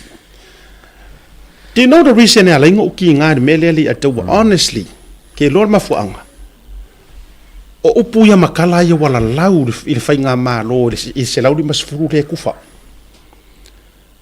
ava ye le wari foa li fa ka inga la mai pe ya kofi lau dingo la lau nga oi fa mai wa ku lo wa na fionga par mia malang fai nga malo wa nga oi ya fo ka nga me uma a o le ave transparent kufa if so swang ya a inga ai vai mo ka ka mele fai a le ala le ngor me le fai la uri o se nga conspiracy se nga wa o se le no te ver o se nga oi po se nga wa conspiracy ya la na fa tele ina ye tatou tama fa nau ola fa kaile fa kaikere fa loko ke leinga o ko ke fefe e ese ngol issue le la fatu e ile ese ngol issue le mar pack and save ya ke le longa ese senga ke le yo longa ese senga o to fo ila ia na mai ele tatou intel le au ko ke pole ele ai se me leila langa me ia le o fa kaunga fai pa wale me la inquire mai Samoa o le avaku le leyo le lisiki makulanga uma fa penga ma le lisi o item nga fa kau paunga ele se me fo ile le fa pe mai wala ku se si ma were ken ma walu anga o fa kau ere kongia a menga personal theft ole melna e fa si nga ma ale au melia political theft eroi if you know what is so la mai ma fa mo na ko si le fi o fa o ke kele ngai o ma ua le o pu le kele o fa o oi ma se ho ko ke fiu o je si me fa ye menga au foi ko ke euskaria mo mai o ko ku disima o le euskaria marka ko vai au ko ke o e mo wala ko ke le foi ka ko FBI ma si ai lai tau lai o au ko ke o mai fa menga ingai o le ma ke ngo fo vai de foi ngo fo mai ya makala si la lo wedding konge fero wa isolo ya manaturele malanga pasi e siaki solo uku mi oi abo foi ko ke America la ngo fo nganga ko lena ma wo ko ku le pa fa kaisu o se si mea e ke roi ele fio fo isenga langa yer ka malo musi o isenga ele fio isenga ele fio fo ya pa ele o ya misi ya pa ele o ya pangira e misi ele o I fe lava ele o nga lang I Asia lang o lai ya musuding mai o isala elu le free visa ele ila ya o isala elu ma di mai o lai fika yo isa ofo o lai ele le se mai e mo ya ka fanga o lai ka roka pudu oi ai ase se o lai isala elu o mo lo que kire ko foi mai ya ai kere ka ka firme eso mi skau que le te fai tuai wala ga a fi foi el mere tuala le la ma ka ngofia vari ya wala ngol information ngai ma intel ngai la wo fata o to atu le vaenga te le lava o le foi e fata tiar ma wo ya le wa ka o ko le sia ma wa e ai ono le ana avatu Samoa la la ye nei vaenga taru sa mai se tau au ki roi ele ro professor kua ana ona fa yatu fa pelitala e maka ukia la aka ko wo ngai la fa lenga fa ngi fo me ngai le ata wala la tatou na tala no le theory opinion mingi ska kupe ole ke te kare ka karngo ai yeah mingis ka kupe lau kimuia ya palmia o mea umangei ele mawhainga whai ai lalo le reita e le isi la fia el palmia o le kangaka e whailanga freight o la kingo o le mingiska o kiuke ma le vakunga i kukongu o ngei mea o kuala pong fasio o sui palmia o le kangaka nga makua kele la ka vai aku ilonga whare kele o lo whau mai makulanga o mawhapenga olo mafia mei langa lai whare whau mafia mei rokfanga ya e se mai ngisi o whaingi la ko wharka avale ngisi mea ale vai o le tati tango vai de masu e suenga o le whainga nga o masu e suenga le winga la o kala a e kango lai ko whakasi mei so le whekau i le lei whaangifo e whekau i le lei o nga whaangifo Pierre Spanner oli. E oe. E wakure le ia mau le leile Ellen Key. O tau maua mai la. Ka ngā kaya ngana ko whaia te iloa la utala. Do you know the saddest part li ataua? They did it, or done it, deliberately foi lele. Malo lato mafau fau. E koe foi umamai. Nga whamolunga i malo. Yes. Yes. O le mafua anga le nā e lo utali tonunga na whaia i mea. E le i whaia lei a taua maselangona e whaia ina. Le anga a e whaia masaro salo. E ke le son ka whiri sau ngoi mea whapenge i langa e aka mamai e maua. E koe maua uma. Ai na whai malo lātou siua. E toe fo i mai ua lava le lātou mele na whai. E whaapea e whaasofi ai loto tangata. E toi a watu e whaatuatuanga ia i lato. Whea nei. O whea ngei ua whai iai. E ma eu le alofa o le tua. A kau masua sua le ipu o lana me kupu. Masa. E oso i fafo. Wengala nā le tati whai atua i lema. Ai po whea ngā stoa ingi mea. Ale e uma lo le mea lea. Mau ki ngoa loa. O so loa marasuenga. So e. Warehouse o le. Mana tuana ona maua al wha maunga uma ma mea uma o le i nei matulanga maua ar ki riva. Po olang i camera kau o le wafu ma mea umfa bena. E se su e kau ke maua uma. Ai mau tinoa se mea ina leanga. O la ua wha o ngā ia ngofoa ma mea uma mea fale. So le. E langa a ka umea falele e halu e la ko ai makivi o ke ro ko inga pai pai ma me fa pene pe ata va ai ke ro e touch screen o me o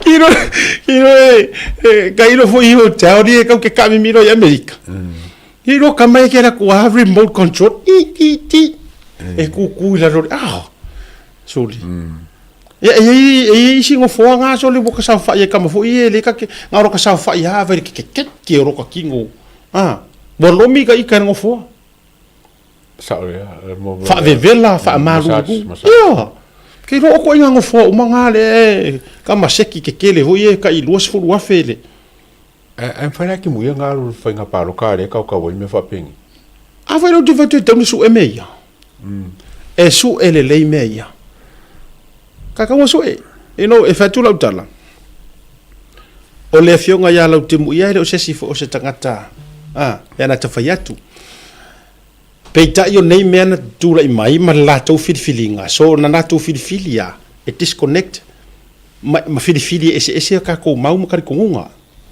a le lau a vea nei mea ma mea ua atu ai ai manu mai ai lo ma mea nei manu mai ai ma whainga whaakaunga ngei o fisiri la a ua tau te feita mai I want to defeat the personal.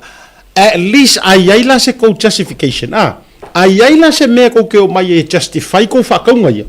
Then I guess ya. Seki. Yeah. Mo la vongo no pokala. Yes. O mai fa makana. Fatu a mawala se ava no a to te ifo ifa pe mai ya.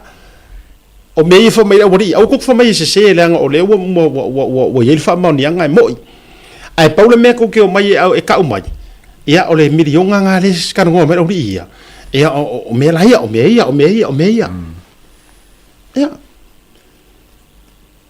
ai a fai ua mautino loa o ne mea na fai ua abuse ai lo latou lu atu e taitai le tunu uma staimi fa le tu mau i lo la kare ko ngunga a kele fa maungianga o io le a fiat sui lea ele kaunga lu ia me ia la fa fenga onka kale fa maungi ko kam mo fo ya o ko le government ele caretaker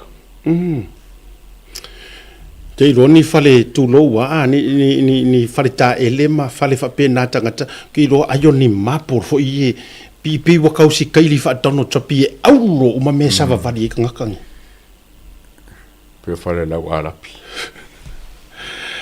ya io ele ya o malie loko au fai ka wo la wa mai mo matua to malie ato to io te longa afso ta ia tu lava ile so enga Samoa le anoliu ato tatia tia la to e au mai umai ngoa ia lunga mare au telenga la tau to tu Samoa fa nga malo peno fa yatu wa uma so ia saka ko fiu e ku le mea ai le pisa mai fa nga malo sa ia fia me al temir nei ola o sui le fa nga malo sao le pale mia so e aka oko ko ila me ile ka kangu e uma mai le update ka pena se ngona ne fe file to so soifua fa manu yatu le a joga le fitu se fulu ma le lua tu sanga ia o se uso fa pele ya papali tele jo papali ia to si sila tu tanga tele o fe ngai nei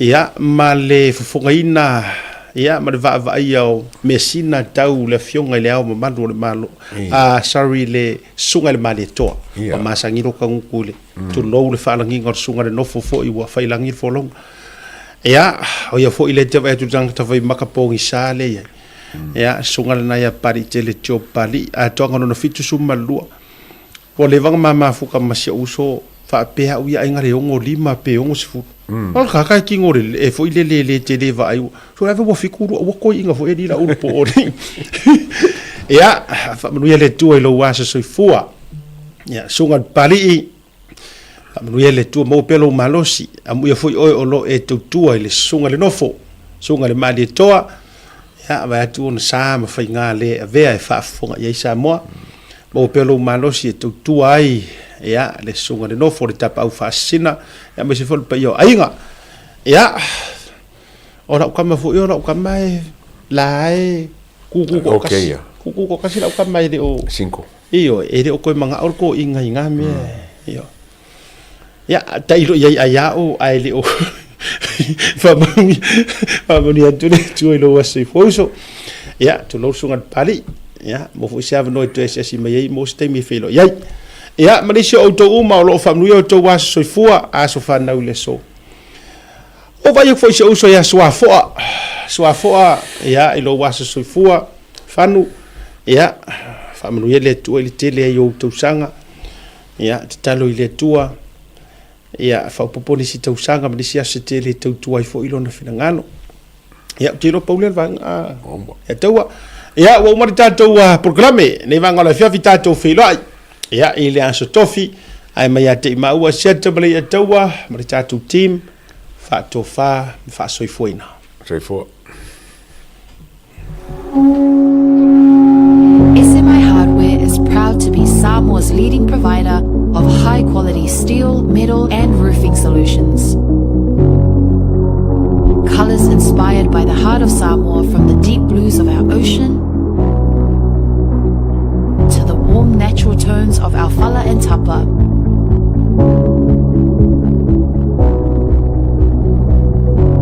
To the vibrant greens of our island plants. With over 12 colors to choose from, you can find the perfect look to complement your home, business or community project. Built to handle the sun, soap and storms with strength you can rely on for years. For durability and for style, SMI Hardware is your number one choice.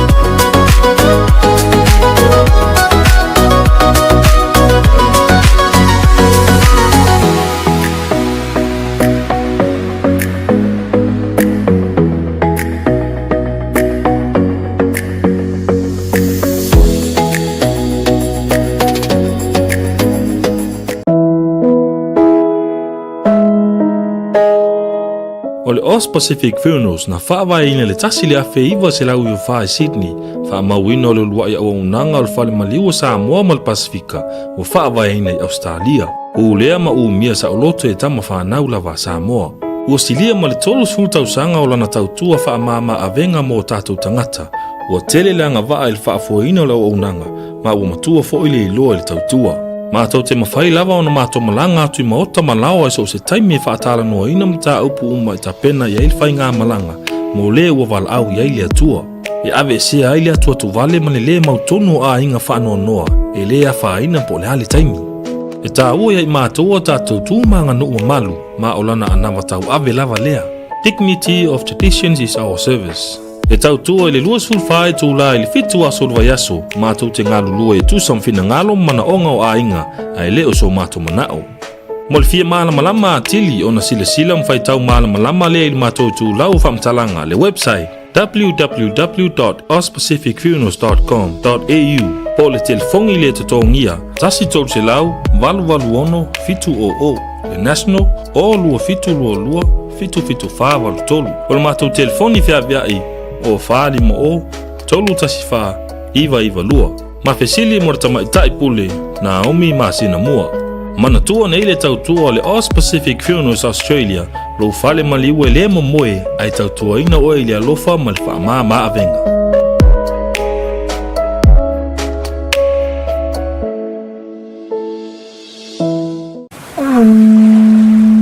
Oi, go! Come with me. This is where our adventure begins.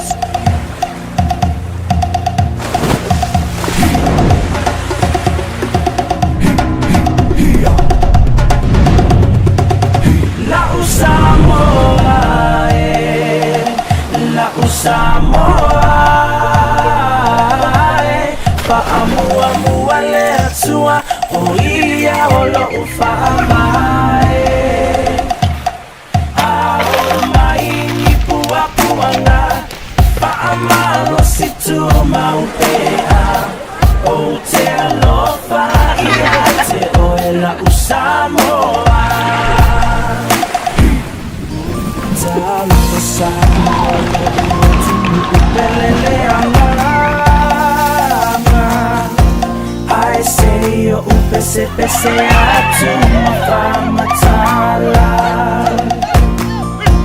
Lomita mofi ele mafaya upuna famatala Ua numera tasi fo i oe ile Pasifika La Samoa La Samoa Paamua muale atua Oia olo ufamai Ao mai ki pua puanga Paamalo situ maupea O te alofa ia te oela Samoa Ne mafai o Anamoana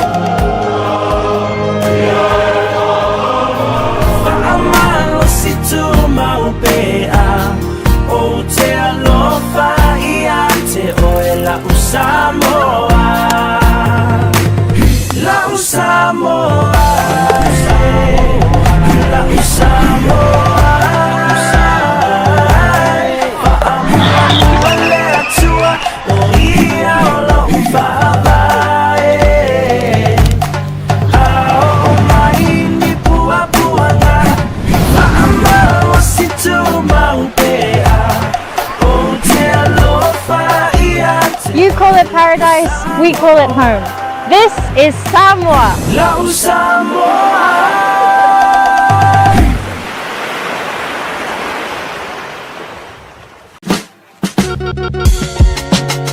There is no better way to support the 685 than to buy locally sourced goods. Here at Tasi Market, owned and operated by Samoans for the Pacific. Mo le whaongaina o le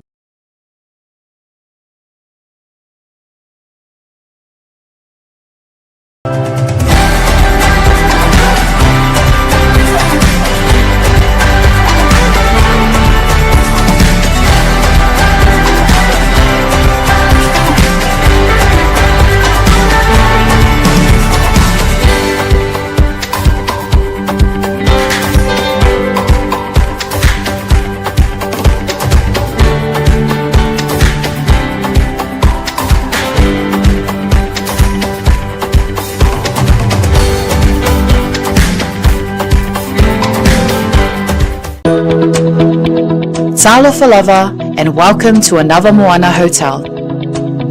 Located in the heart of the Vaitele industrial area in Apia, Anamoana Hotel is a place where comfort, connection, and genuine Samoan hospitality come together.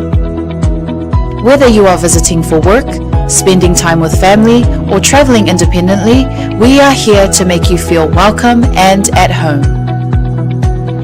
Our hotel offers a wide selection of spacious and flexible rooms, thoughtfully designed to welcome both family stays and independent travelers. Our single and double rooms feature modern design showers and bathrooms.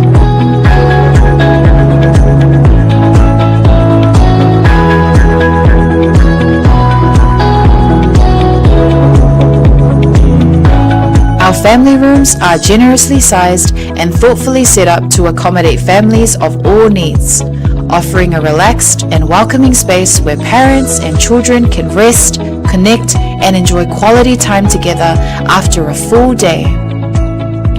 Designed with both comfort and practicality in mind, these rooms are ideal for longer stays and family visits. Anamoana Hotel also offers well-appointed conference and function rooms that are ideal for meetings, workshops, family gatherings, and special events such as birthdays or weddings.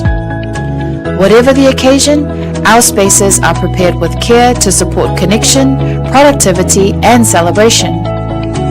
With restaurants and food spots conveniently located nearby, you'll be surrounded by great dining options and warm hospitality throughout your entire stay.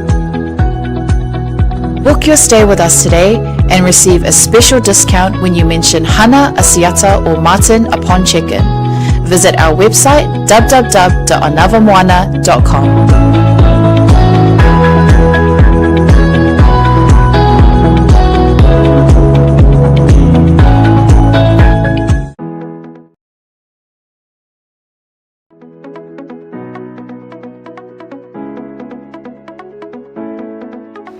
Hey, have you signed up with Blunet yet?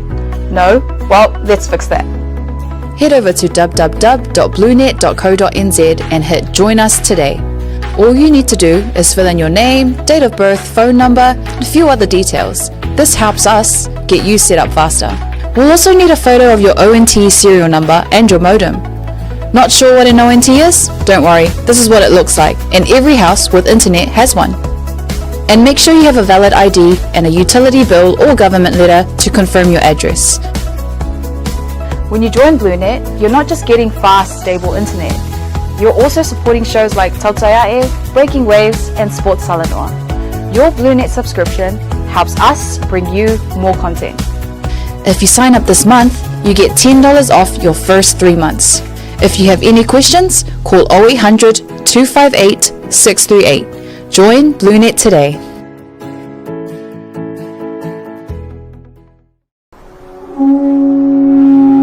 SMI Hardware is proud to be Samoa's leading provider of high-quality steel, metal, and roofing solutions. Colors inspired by the heart of Samoa, from the deep blues of our ocean to the warm natural tones of our fala and tapa.